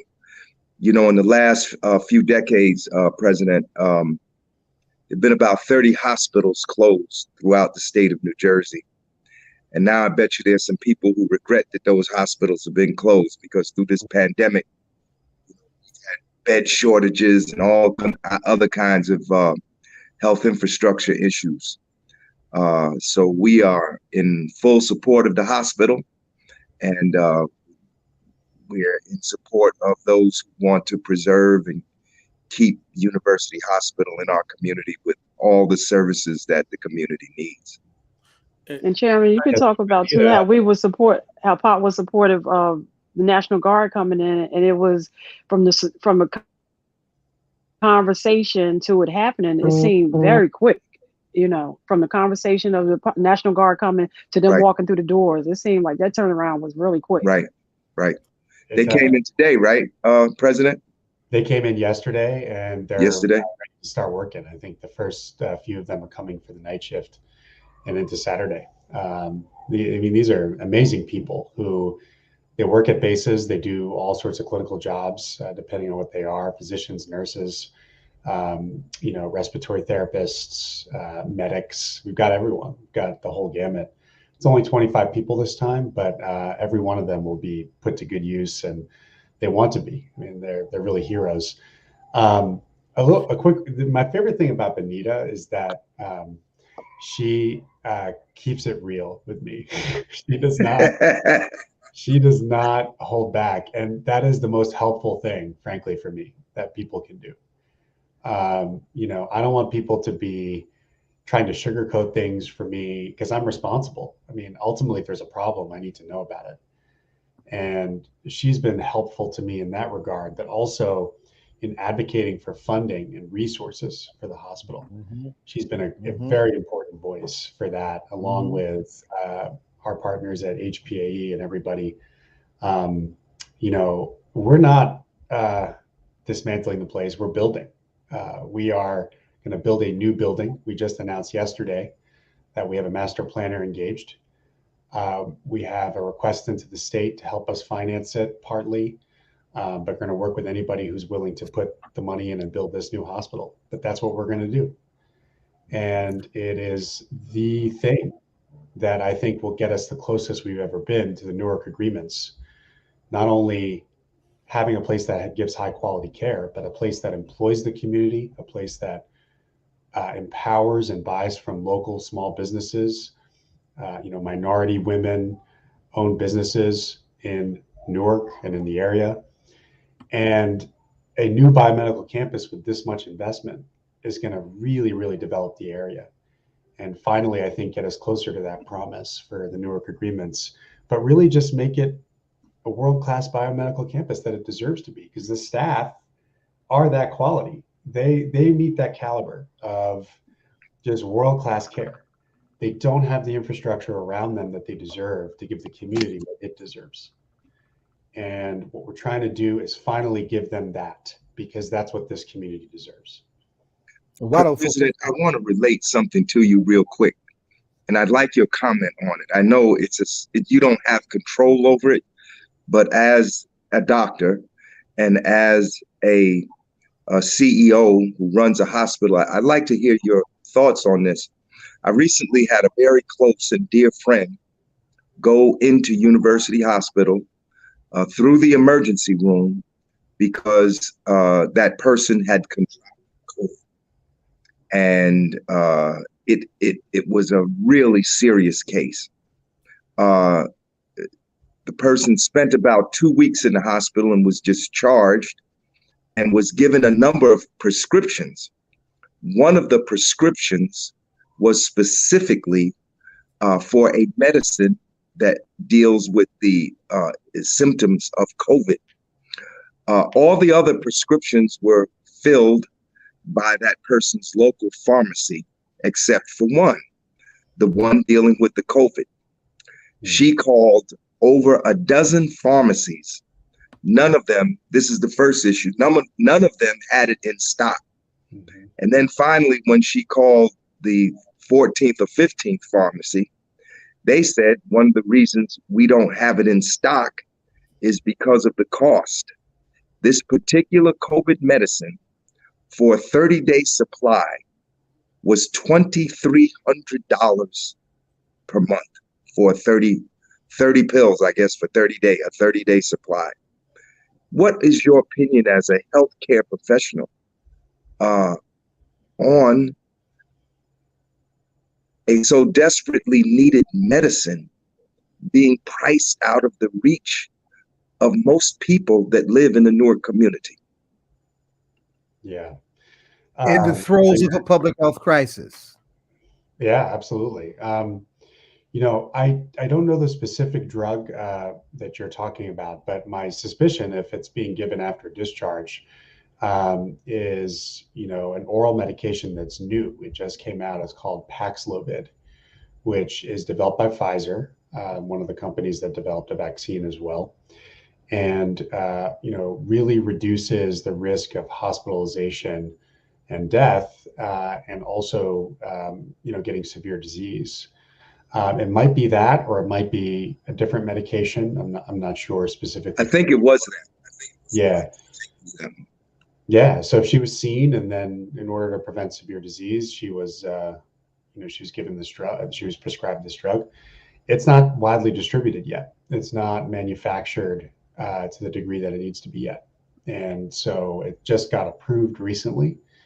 And, you know, I think the folks in Washington are doing everything they can to try to speed that up, but it's going to take some time for the drug to be manufactured and distributed. And I think its cost has a lot to do with the fact that it's a new drug.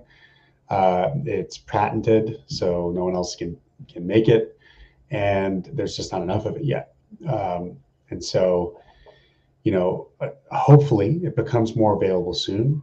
And, you know, I really hope that's the case, because communities like this really need it. And I think the administration should prioritize communities like Newark, frankly, because it's been hit harder by the pandemic. But that's sort of the situation with Paxlovid, again, this new drug that really, really helps with COVID specifically. And hopefully it just becomes more available soon. And I just wanted to ask a more of a clarification question on the National Guard being at University Hospital. Is it that there are more cases that are flooding the hospital, or that hospital workers are exhausted, need a break? Like why was the National Guard needed there, especially in light of where we are with COVID? Yeah, so the folks from the Army who are coming because of the very, very stark staffing shortage that we had, especially over the holidays, but one that still continues right now, even though it's a little bit better, where it didn't matter if you have COVID or not. We just had so few staff that it was borderline getting to just so much pressure on all of our staff to take care of the patients. And it's hard to sustain that. It's not possible to sustain it, frankly. So that's when we put in the request with the governor, with the state, to help us get these troops, and it came through. Thank God. You know, we needed staff most badly during the Christmas holiday. That was a really tough time, but still needed now. And, you know, these folks are really going to help, because we came into the Omicron wave with a difficult workforce market in healthcare. People were retiring. They're retiring now earlier. The critical age group of 45 to 60, often the most experienced, best clinicians you have, they're retiring early because they're saying, look, I've dealt with this risk for 2 years. I don't want to deal with it anymore. So I understand, but it's causing a big shortage. And, you know, this is temporary help that we really appreciate. We have to think collectively about what we can do to encourage more people to get in the healthcare workforce, because it's a big risk, not just for patients with COVID, which are declining in my hospital right now, but everything else, because people delayed care, they deferred care, they got worse in terms of their chronic conditions, they're sicker now. Mental and behavioral health conditions are through the roof. Opioid overdoses are through the roof. Our EMS I've already responded to thousands of overdoses in Newark, and it's gone up. And all of this, plus the Omicron wave, plus the staffing shortages, have made it a pretty difficult time. So the military is coming, and they came, and again, they're starting within hours to help our patients and families. Is the opioid crisis becoming more significant than COVID? It's in a really bad place, the opioid crisis. That's going to be, I think, among the biggest public health threats that we focus on next, the addiction epidemic, the opioid. And it's gotten worse. Like, in other words, it's gotten worse in the hospital. It has gotten worse at University Hospital. It has gotten worse at University Hospital. And in fact, it's worse than it was pre-pandemic, 2019. It's worse. It's significantly worse right now. So and Dr. we're focused on containing COVID, and yes, that's affecting more people. But right after that, we got to tackle this thing because it is taking too many lives right now. It shouldn't be taking any lives, but that's the situation. And Doctor, just the staff shortage is real. I know I went to get a prescription at Walgreens a couple of weeks ago, and Walgreens had to do a shutdown at 5 o'clock for a period of 2 to 3 weeks because of staff shortage. So the medical field is being really hit hard, and I don't know if it's being communicated in a way where people can understand, but I know. And I wish Mayor Warren was still on, because in Orange, we have over 7 senior buildings who rely on, medication, to come get it, to get to your pharmacy and realize that it closed at 5 o'clock. And some people still are getting off of work and having to come get their medication. That was like an eye opener. It was like, wow. And it was due to staff shortages. They just couldn't handle it. For sure. I mean, we're seeing staffing shortages in funeral homes too, which is causing a delay in their ability to accept bodies. So we're having, our morgue is full now. I mean, we've got shortages in pharmacies, as you mentioned, shortages in staff at skilled nursing facilities and nursing homes and rehabs, places that we have to send patients to. That's causing a backlog. So it's a pretty complicated situation, but it's getting squeezed on all sides because of the staffing issue and shortages pretty much everywhere in healthcare right now. Given that you said that close to 50% of the population is going to get Omicron, and that and it seemed almost optimistic that there was going to be herd immunity, does that mean it's going to get a lot worse in the short term, like in the next few weeks, before it gets better? Like, or is it going to be, because when you're talking about herd immunity and 50% of the population, that seems like a lot of people and a lot of stress on the system. Like, even if it generally is less severe, it seems like you're talking about so many more people getting it. It's still wide. Well, I'll tell you, we're actually probably on the better end of the trend right now. It seems that we've peaked in cases in New Jersey for the last several days, and now we're coming down. So this is just infections. But remember that the number of reported infections are people who got PCR tests. All of the people who are doing at-home rapid tests, and that's how they know they have COVID, never get counted. So imagine the number of people who are doing these rapid tests. That's a huge number, plus the people who have symptoms and just don't care to test. They're feeling okay, or the asymptomatic people who never knew they had it. So that is what makes this virus so devious. It's such a wide spectrum of what people feel. Some people feel literally nothing, and other people are on ventilators right now in my hospital.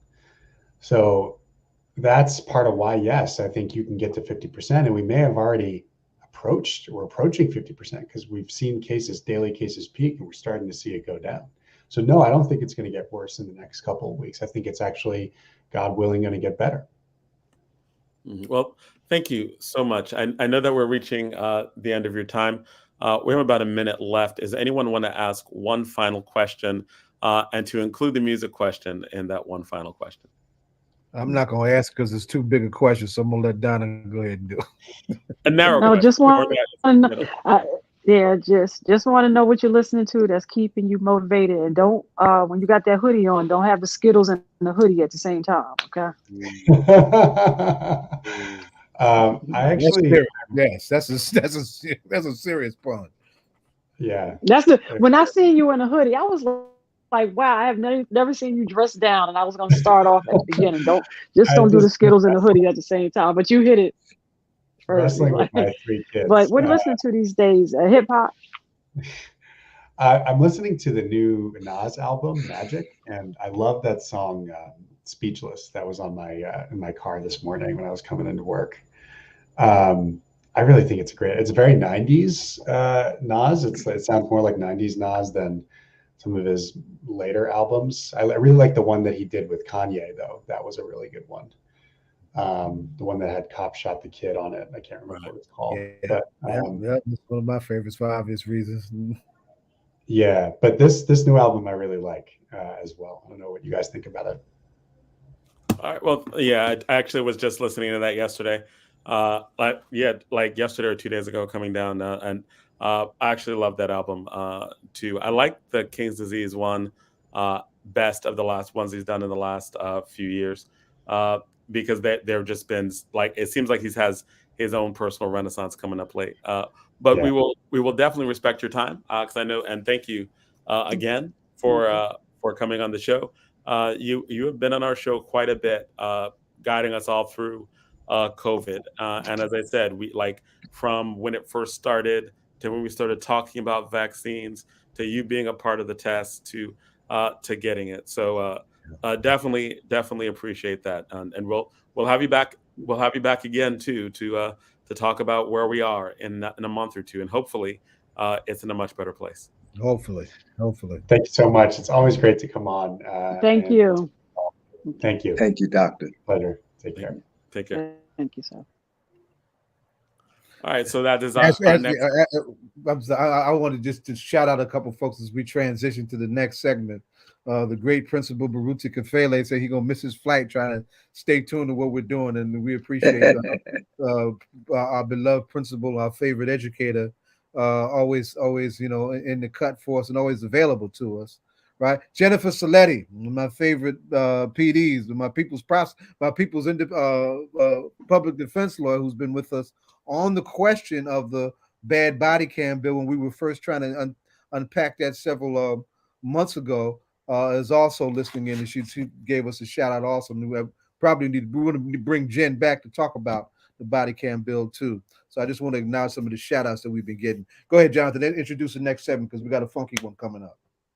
Well, actually, our next segment, we can actually continue with some of the stuff that we're doing because in our next segment, Hakeem Green is supposed to be coming on, and so is DJ Rhino, but they haven't been on yet. So Hakeem Green's coming on to talk about and he should be coming on real soon. And also we have DJ Rhino in the State of Hip Hop. So we're still waiting for both of them so we can continue some of the other conversations. On the question of music, I'd like to shout out Donna K. Williams.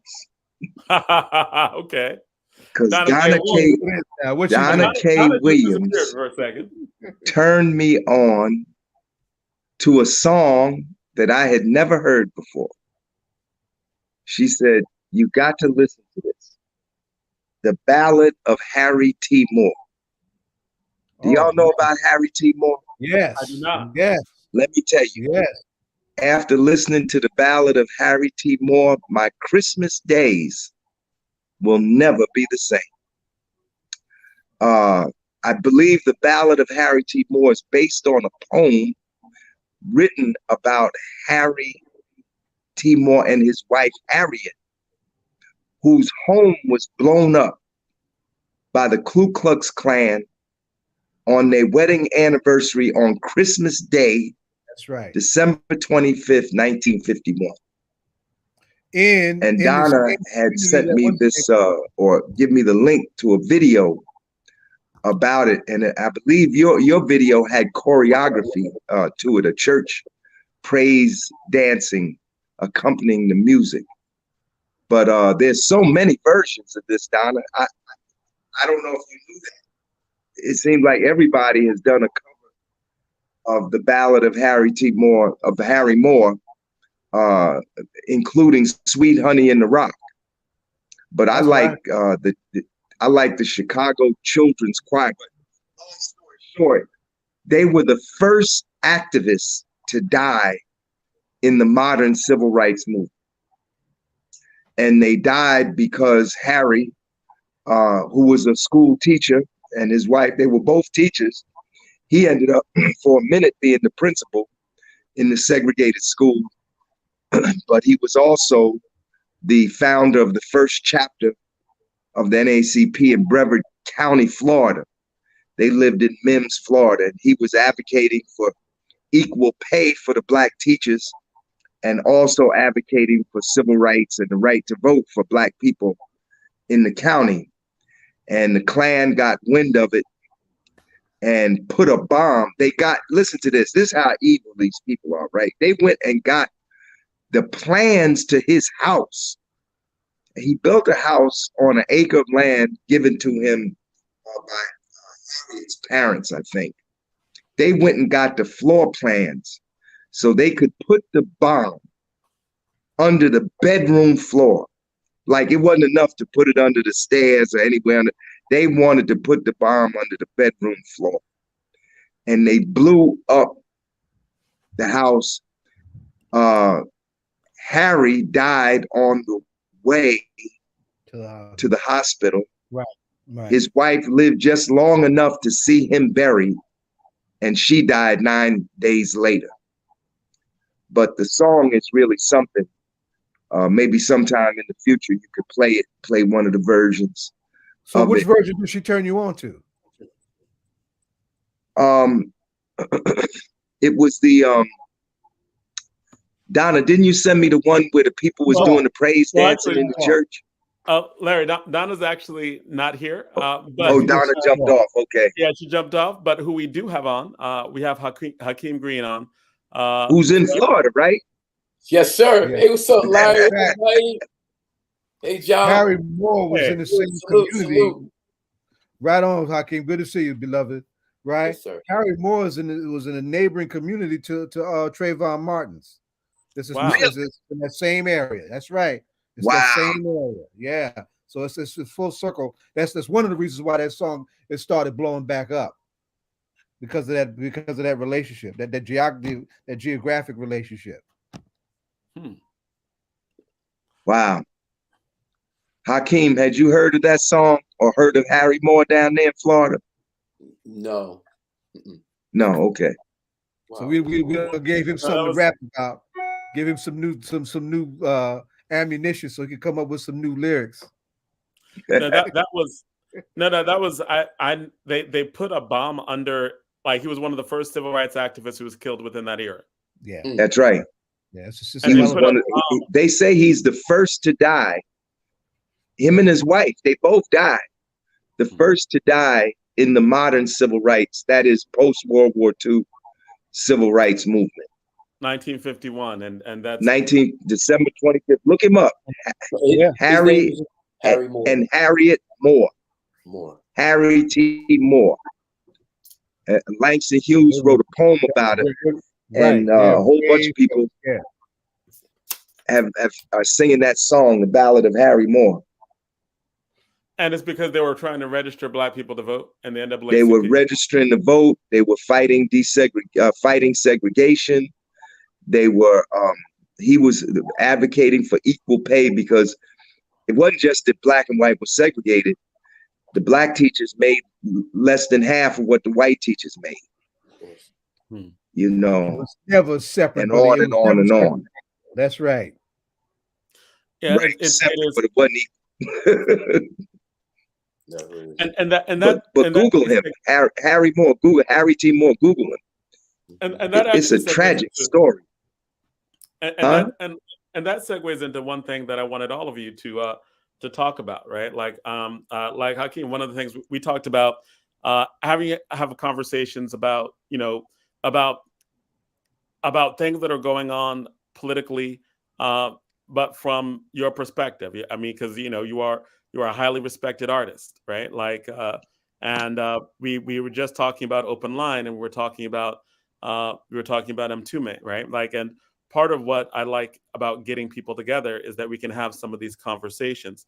Larry, I know that you have a lot of things to say about voting rights, and just getting started within this, where we are right now, right? So I want Larry. We just had this big long debate in the Senate this week about voting rights. Voting rights was, they voted. They didn't vote to pass any of the voting rights legislation.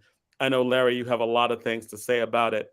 Hakeem, I want to get you in on this as well with Zaid. So, Larry, can you start us off with your thoughts about the debate that went on in the Senate this week about voting rights? What happened, and what is your reaction as a long-term activist, as someone who deals with these issues? Like, where are you at? Well, needless to say, I'm somewhat discouraged. I mean, we're in a dark place, but we've been in a dark place before, so this setback, I mean, most people did not, it's not like we were holding our breath expecting the voting rights bills to pass, right? Sinema and Manchin already had made their positions known, and they weren't going to let the president or nobody else. They are the 21st century Dixiecrats. This is not the first time that the Democratic Party over the question of voting rights or civil rights.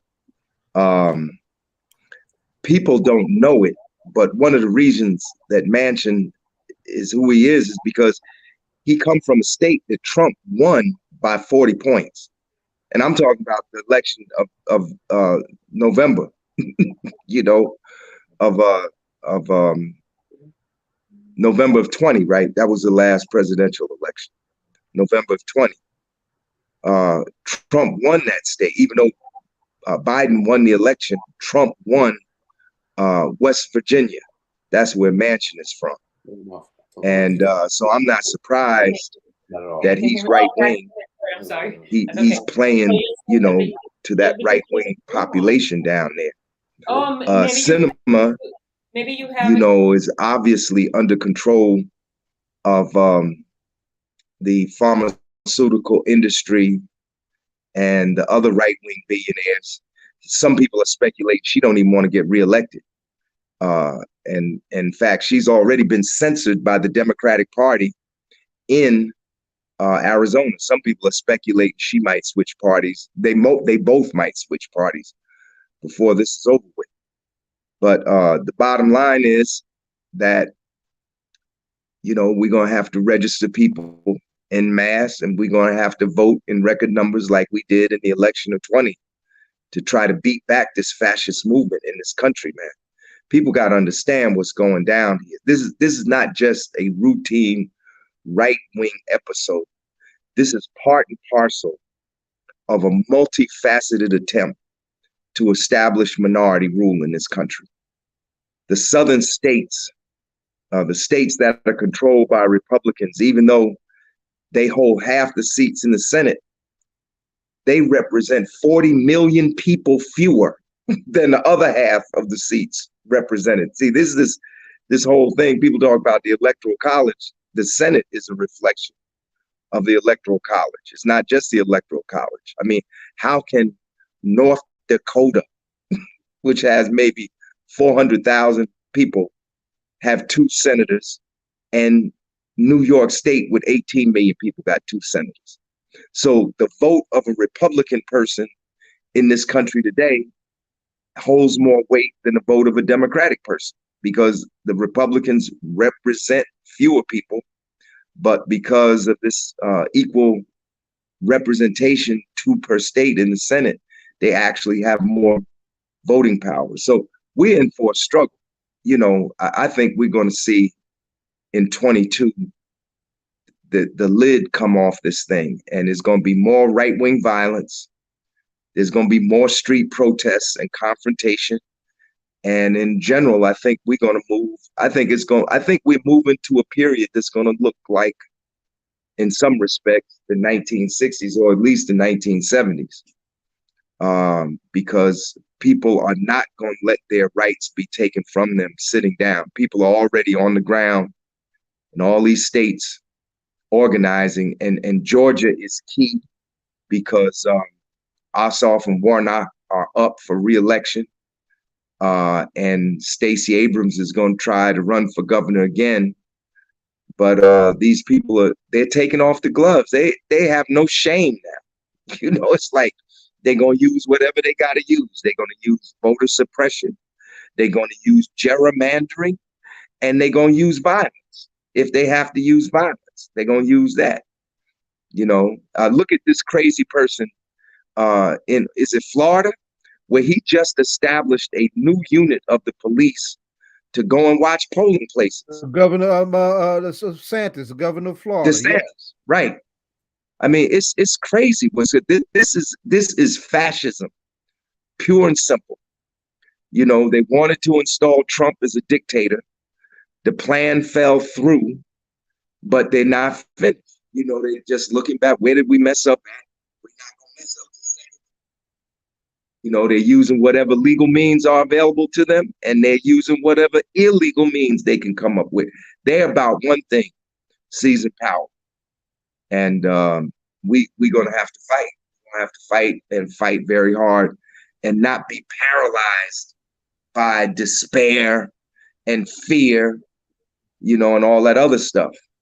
But it's gonna be a tough road ahead. Now, I do want to bring in Hakeem Green on this, because a lot of times when we look at where the country is now, where Larry is saying where the country is right now, what I'm curious about is, what do artists like? Do you notice in artistic communities, especially with us in the hip hop community, with Black artists, in this moment, the way that Larry is describing it, as in we are in a fascist moment, right? We are in a moment where Black people's voter rights are being taken away, where people are literally trying to discount the votes of Black people in Philadelphia and Milwaukee and in Florida, right? Like in various places where there's a concerted effort to be like, we don't trust the votes from those predominantly Black communities. We need state legislatures to overrule it, right? Do you sense an urgency from many artists that you are around in this moment? No, not at all. Sorry to say that most of my peers, I think, are just ignorant in terms of politics, government, civics, you know, where we're at in this point in history, what's at stake. You know, when we talk about, you know, the Senate and how the Senate is compromised and how Republican or conservative vote has more value, and why that is, you know, when that happened, the compromise that took place around, you know, Black folks and slavery, and, you know, southern states and northern states. My generation is completely at a loss, and unfortunately, you know, our music and culture has been used as a weapon to dumb us down, so we don't have that understanding. And then what I'm seeing is that, you know, too many of my artist comrades who get into politics or start thinking in that realm are leaning more and more conservative in their thoughts, and it's alarming, because there's so many, again, pieces of history that is missing out of their context, that they're just they're in the moment, and they like the bravado that Trump provides. They like the fact that the Republicans, quote unquote, get things done. They don't understand how those things are being done. The laws that are being taken away from us to keep this minority in power. They saw what happened with Barack Obama. They see that there's a Black woman as the vice president of the United States. They understand that, you know, the population is becoming blacker and browner, and that they are the minority. So for them to conserve their way of life, you know, they're going to do what they have to do. Artists have a great responsibility, but somehow we have to get these artists educated and informed so they can, when they do create art, they can speak directly to, you know, you can't tell people what to say or how to think, but we're in some times right now that we got to wake some folks up and tell them how to think, because it's crazy. So yeah, it's kind of where I'm at with it, Jonathan. I'm gonna get busy with the pen and paper. You know how I do. You know, I'm gonna write something. I'm gonna put some music out there, i.e. Dump Trump, you know. Yes, Which I sir. put That was out my in anthem for me. That's 2017, right. 18. That's right. But you know, we need some more, and we need it coming from some artists who have the ear of folks, and the you say I'm well respected. I appreciate that, Jonathan. But man, you know, some other folks that we got to get on board who really have the ear of these young folks and the masses of, you know, the masses of people. We got to bring them in and really get you know, some political, you know, education going on, because it's horrible out there. Social media is it's a crazy place. About It's to telling, say that. but it's sad. Yeah, It's sad. I was just about to say that because you were mentioning, you know, how, you know, people need to get informed, but it's like, you know, with the information sources out there now, with the internet and all of that, man, it's like we got to make sure that they're properly informed, because just like in basically everything else, you know, like with the COVID information, you know, just political information, like there's so much information out there and there's so many mixed messages. You don't know what to listen to. You don't know who you're listening to and who they're, you know what I'm saying? It's like so many mixed messages out there that we need to find a way as artists. This is just me speaking as an artist, but you know, to you and me and you, we here, like we need to find a way to simplify the information to get it to the people. You know what I'm saying? As artists, like we got to kind of simplify it. Like you know, for example, like, you know, when you hear people say, "Oh, you know, voting doesn't matter. It's not making no real changes. It's not doing nothing." But then, you know, just simple common sense. When you look at what they're doing with voters' rights, why would they be going through all of that if it wasn't important? If it didn't work? You know what I'm saying? If voting didn't have some kind of power. I hope they heard you. I hope they heard you, Rhino. Ride that again. Yeah, no, I'm saying, you know, people saying that, you know, voting doesn't matter, voting doesn't work, and it doesn't matter. But if it didn't matter, they wouldn't be going through all of these things and making all of these changes to our voting rights and trying to stop things and block things all the time. Like when you see stuff like that, you know where the power is. That's where the power is. Wherever they're trying to stop things, whatever they're trying to stop your motion and your freedom, that's where the power is. You know what I'm saying? But we basically, as artists, like what I was saying, we just need to simplify this information and the message, you know what I'm saying, to get it to the people to where it'll be swallowed easy, you know? Yeah. Well, you know, you're right. Absolutely. I wanted to share a personal story, a personal testimonial that kind of encapsulates, you know, what you just said. And so I don't know if you remember, Jonathan, but I was my framework of thinking was very conservative and very right wing at one point. I don't know if you remember that. I do not remember that. You do not remember that. Well, my first political memory of you is on the legalization of a particular substance and that conversation. So it was very far away from being very conservative. That's what we all introduced to Hawk. Right. We were all introduced to Hawk that way. Yeah. Right. So when I tell you, so when it comes to conspiracy theories, I'm the King Dandada.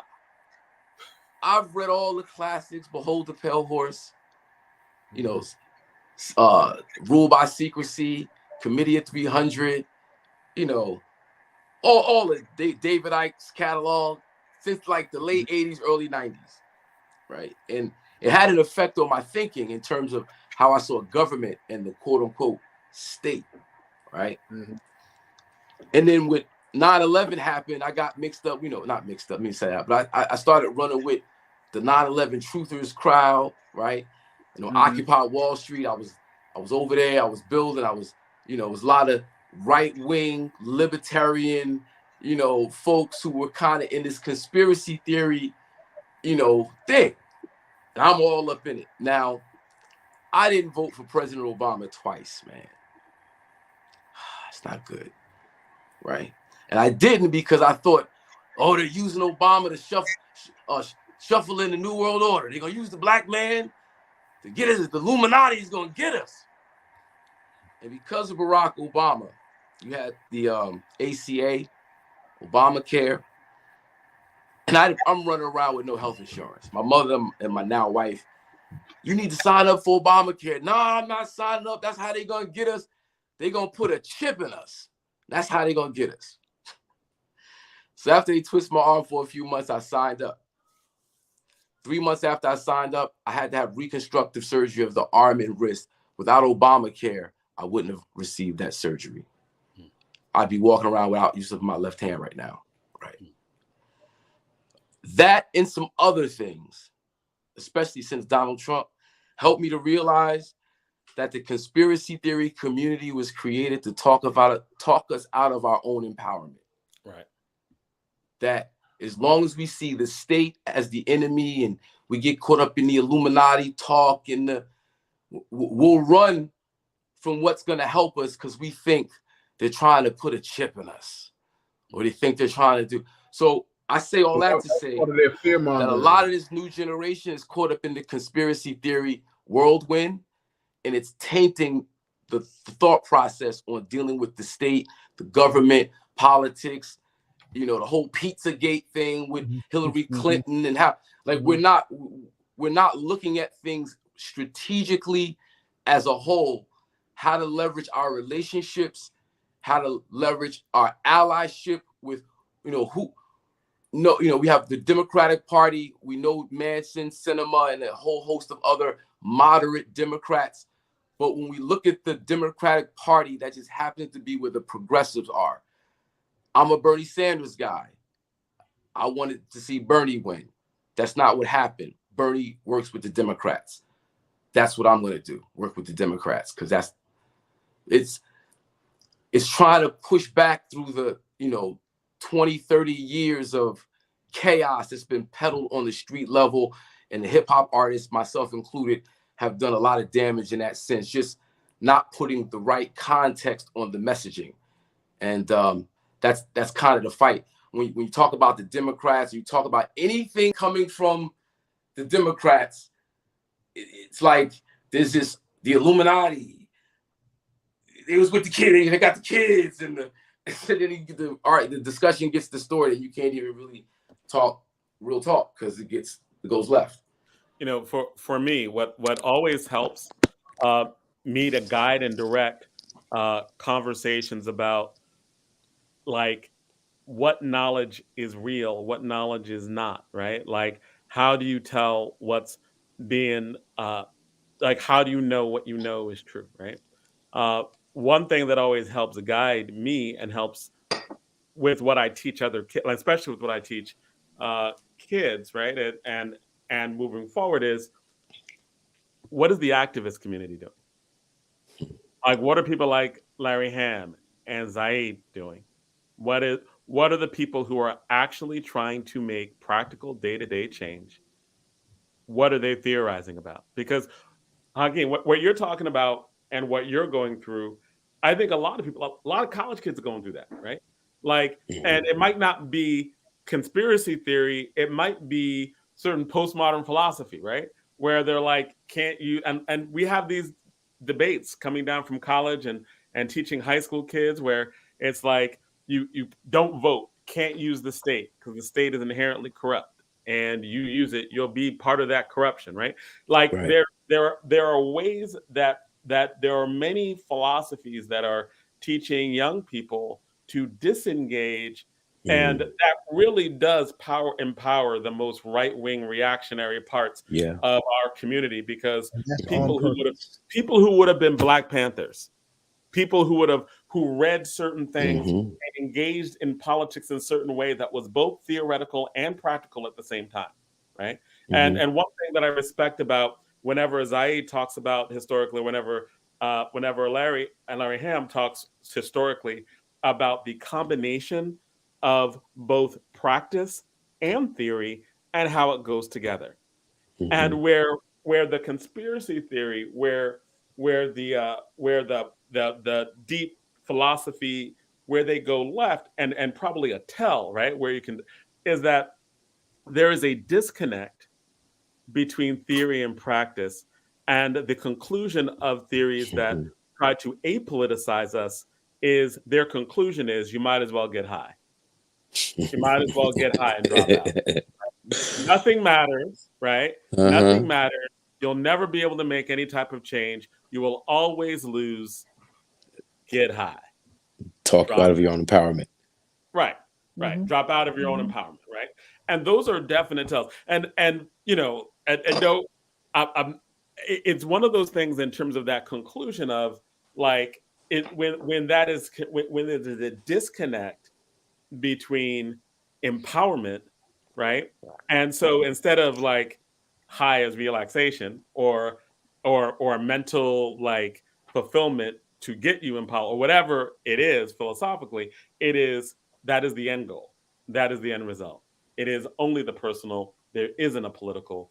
You disconnect. So I just wanted to throw that in there because I felt what you were saying, and I felt that is a struggle that many young people, like people I teach, have.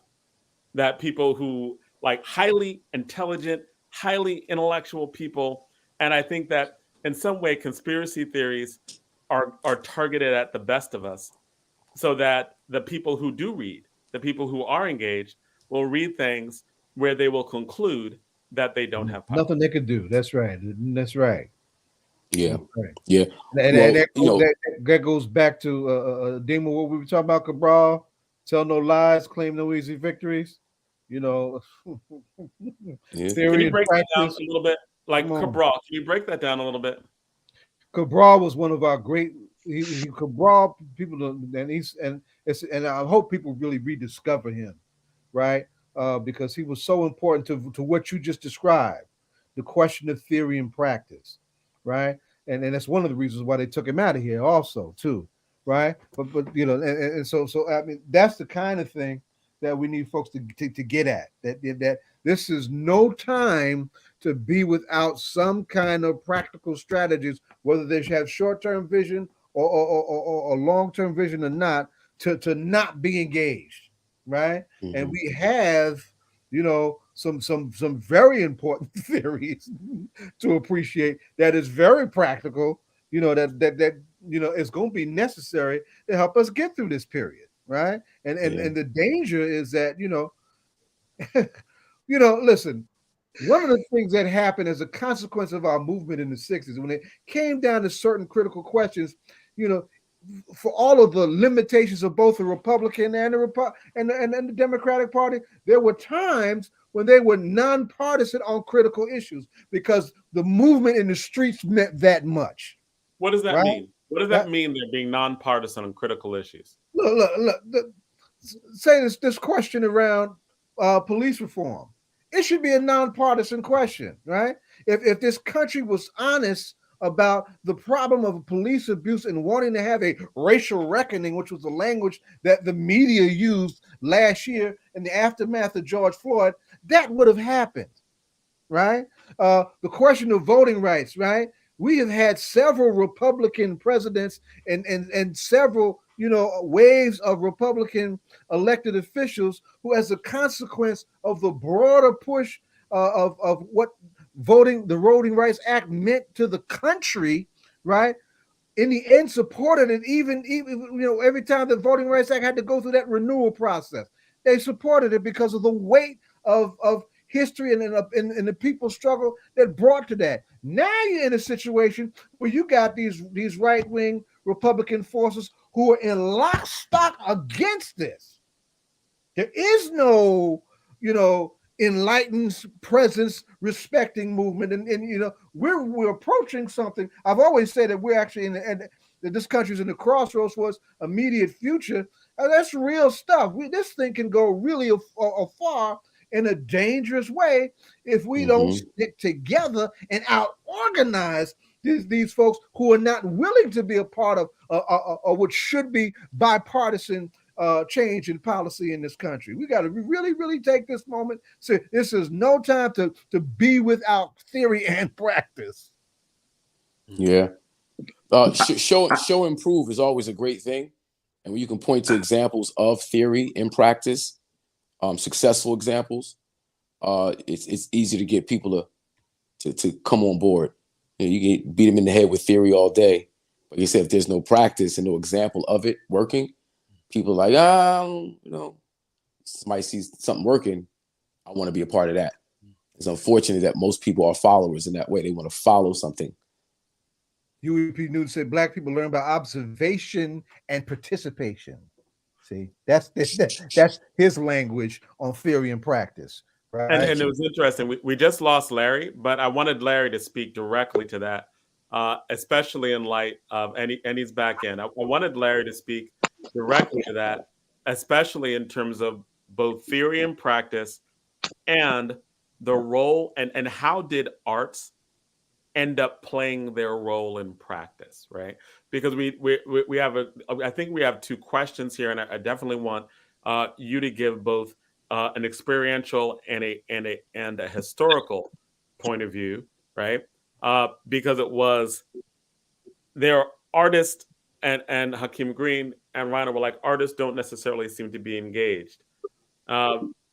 Zaid was like, there has to be praxis, both theory and practice.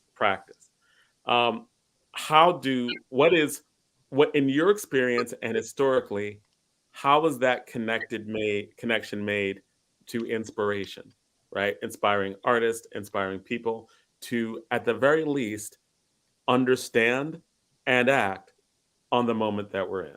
But now, who you directing that to? You directing that to Demo? Yes, yes.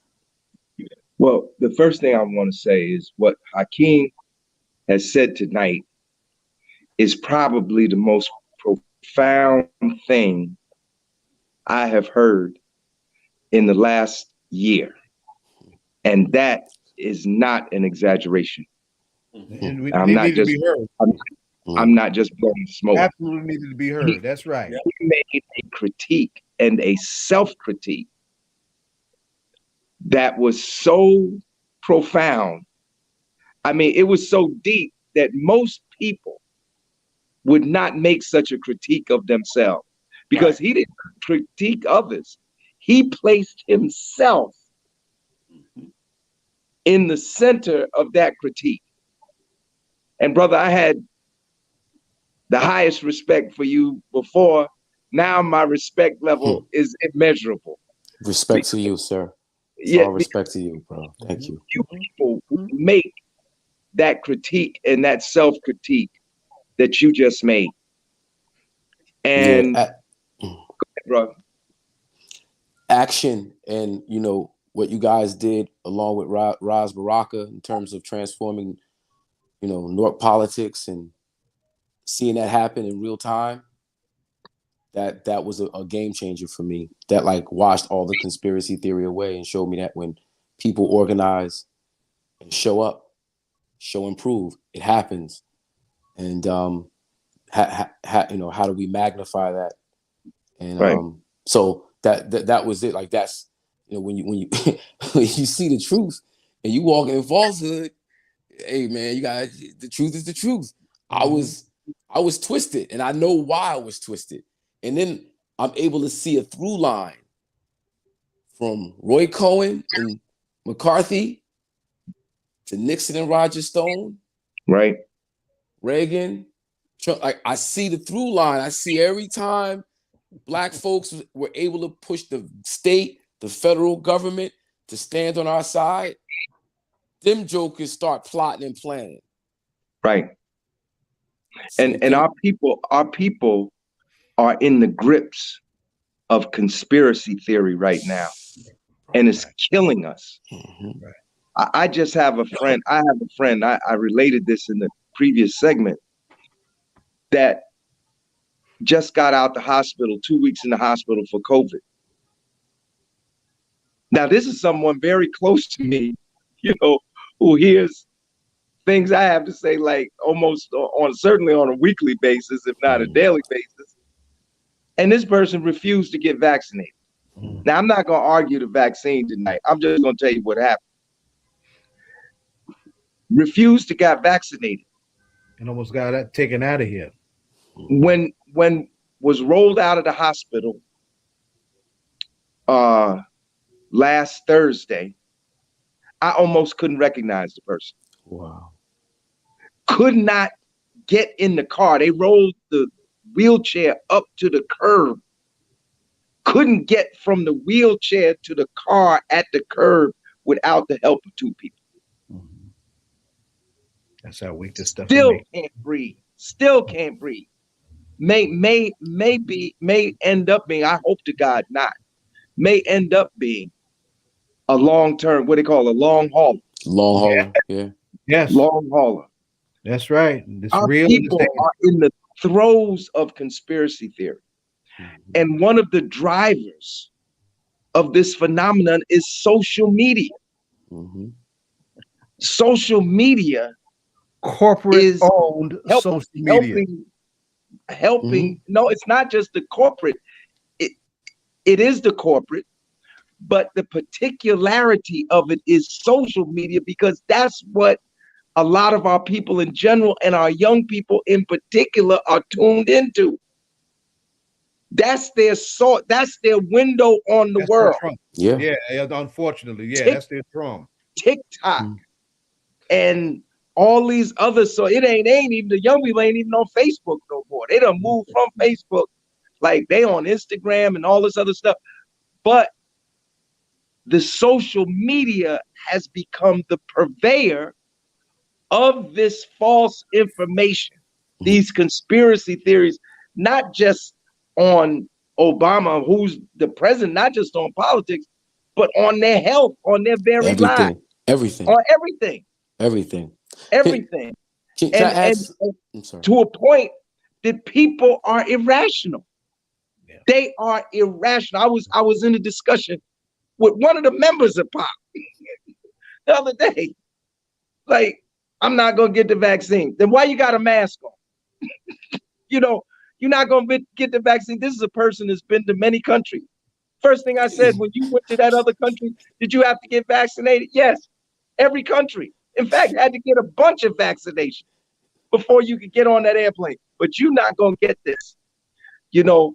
And it's not just the COVID, it's a whole bunch of stuff. I mean, yes, this is an issue of theory and practice, but there's something else going on here, the psychological. I mean, it's a kind of psychological warfare that's going on. That's exactly what's going on. It's psychological warfare, right? And just, I think Russia and Putin and the think tanks have a lot to do with it. Nurturing distrust and confusion within our society. Right. Like we don't believe in anything anymore. If you don't believe in it, there's no value in it. We could take it from you. We could tear it down. We could, and that's kind of where we're at. I just wanted to, Shirley Sherrod. Y'all remember Shirley Sherrod, right? Used to work in the agriculture department. Right. And what Breitbart did to Shirley Sherrod, to the point where even the White House came down on her. They would later have to apologize to her. Breitbart and the people who are behind Breitbart is behind a lot of these conspiracy theories that are absolutely. Go ahead, tell it. It's the same. That's the same crew where we put they just frame it and put it out there and let you run with it, whether it's true or false.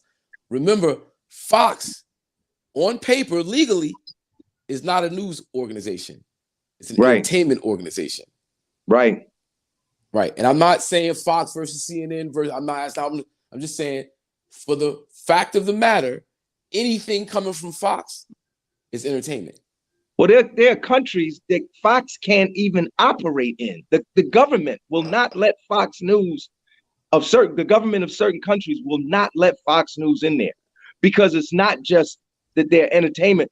They are a propaganda organization, right-wing propaganda, you know, and that's why in some countries, Fox can't even broadcast. They are not permitted in those countries, you know, but it's a serious situation. I mean, like, COVID is the leading cause of death in the United States right now.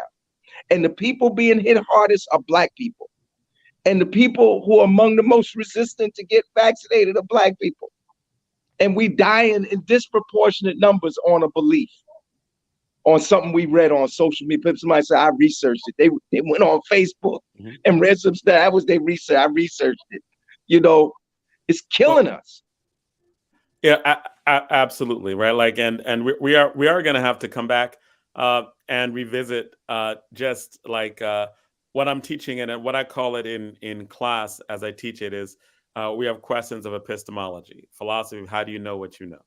And I'm starting to teach that in 7th grade, 8th grade, 9th grade, and starting to like have conversations about how do you know what you know, and what is information, and what is real, and what is not. And we need classes and teachers like you throughout the public school system. Yeah. It's no accident that Bennett, who was the Secretary of Education under the right-wing guard of the 80s, organized to take that to take. Let me say something real quick. Let me say something real quick to what Hakeem was speaking to. You know, during the Sanders campaign, you know, Cardi B was out there for Bernie Sanders. Mm-hmm. Right. Oh yeah, yeah. Really? And it changed. Oh yeah. It changed my whole outlook on Cardi B. I was like, well, damn. Mm-hmm. I was like, well, damn. Like, right on. And highly articulate. But then on the COVID question, she went totally to the conspiracy people. Right. You know, and Cardi, how many millions of followers she got on social media? Right. Millions. I ain't got 100. She got millions. So when she says something about not getting vaccinated, millions of people hear it. Right. And you know, I'm not saying she's all bad. She just put up all the money for the funerals of the 17 people. Oh yeah, that was applaud her for that. Right, applaud her for that. But on the other hand, you know, like you were saying, Hakeem, a lot of the artists are feeding off of and feeding to our people these conspiracy theories. Right. Yeah. I know a lot of rappers being projected by they tell me conspiracy theories. I'm like, bro, I've been on that since '92, bro. That's I've been on that since '95. Stop. But we do have to wrap this up. It is after 9 o'clock, but we will come back to these conversations. I want to thank all of you for coming out and adding to our conversations tonight, because these are conversations that need to happen. I like putting all of you together to have these conversations about these things, and especially, you know, getting artists and activists together to have some good conversations. We're going to do this again. We're going to do this again soon. So thank you so much. Thank you to all of our guests that were on tonight. Thank you to Mayor Dwayne Warren, of course, Larry Hamm, of course, Zelle Imani, and of course, Hakeem Green for coming through. Very much appreciate all of that. And of course, to our regular co-host, DJ Rhino and Baba Zaid. One last thing though, Rhino, tell us where to see you tomorrow. Before we get off, where do we see you tomorrow? Tomorrow and every Saturday at 3 p.m. You can check me at twitch.tv/RhinoCMZ. Who you spotlighting? CMZ at 3. Who you spotlighting? Tomorrow, it's no spotlight tomorrow, but I will be doing some original samples tomorrow. So Hakeem Green, though, right? When we send you got a whole. Send me all that, bro. Send me all. I just did a new joint. I just did a joint called New York Rap. Okay, hit me with it, man. You're gonna love it. All right. Yep. Can't wait till we get back. Yo, thanks for having me. I appreciate y'all. All politics. Right on. Good to see you. You know it. All right. All right. Peace. Be safe. Peace.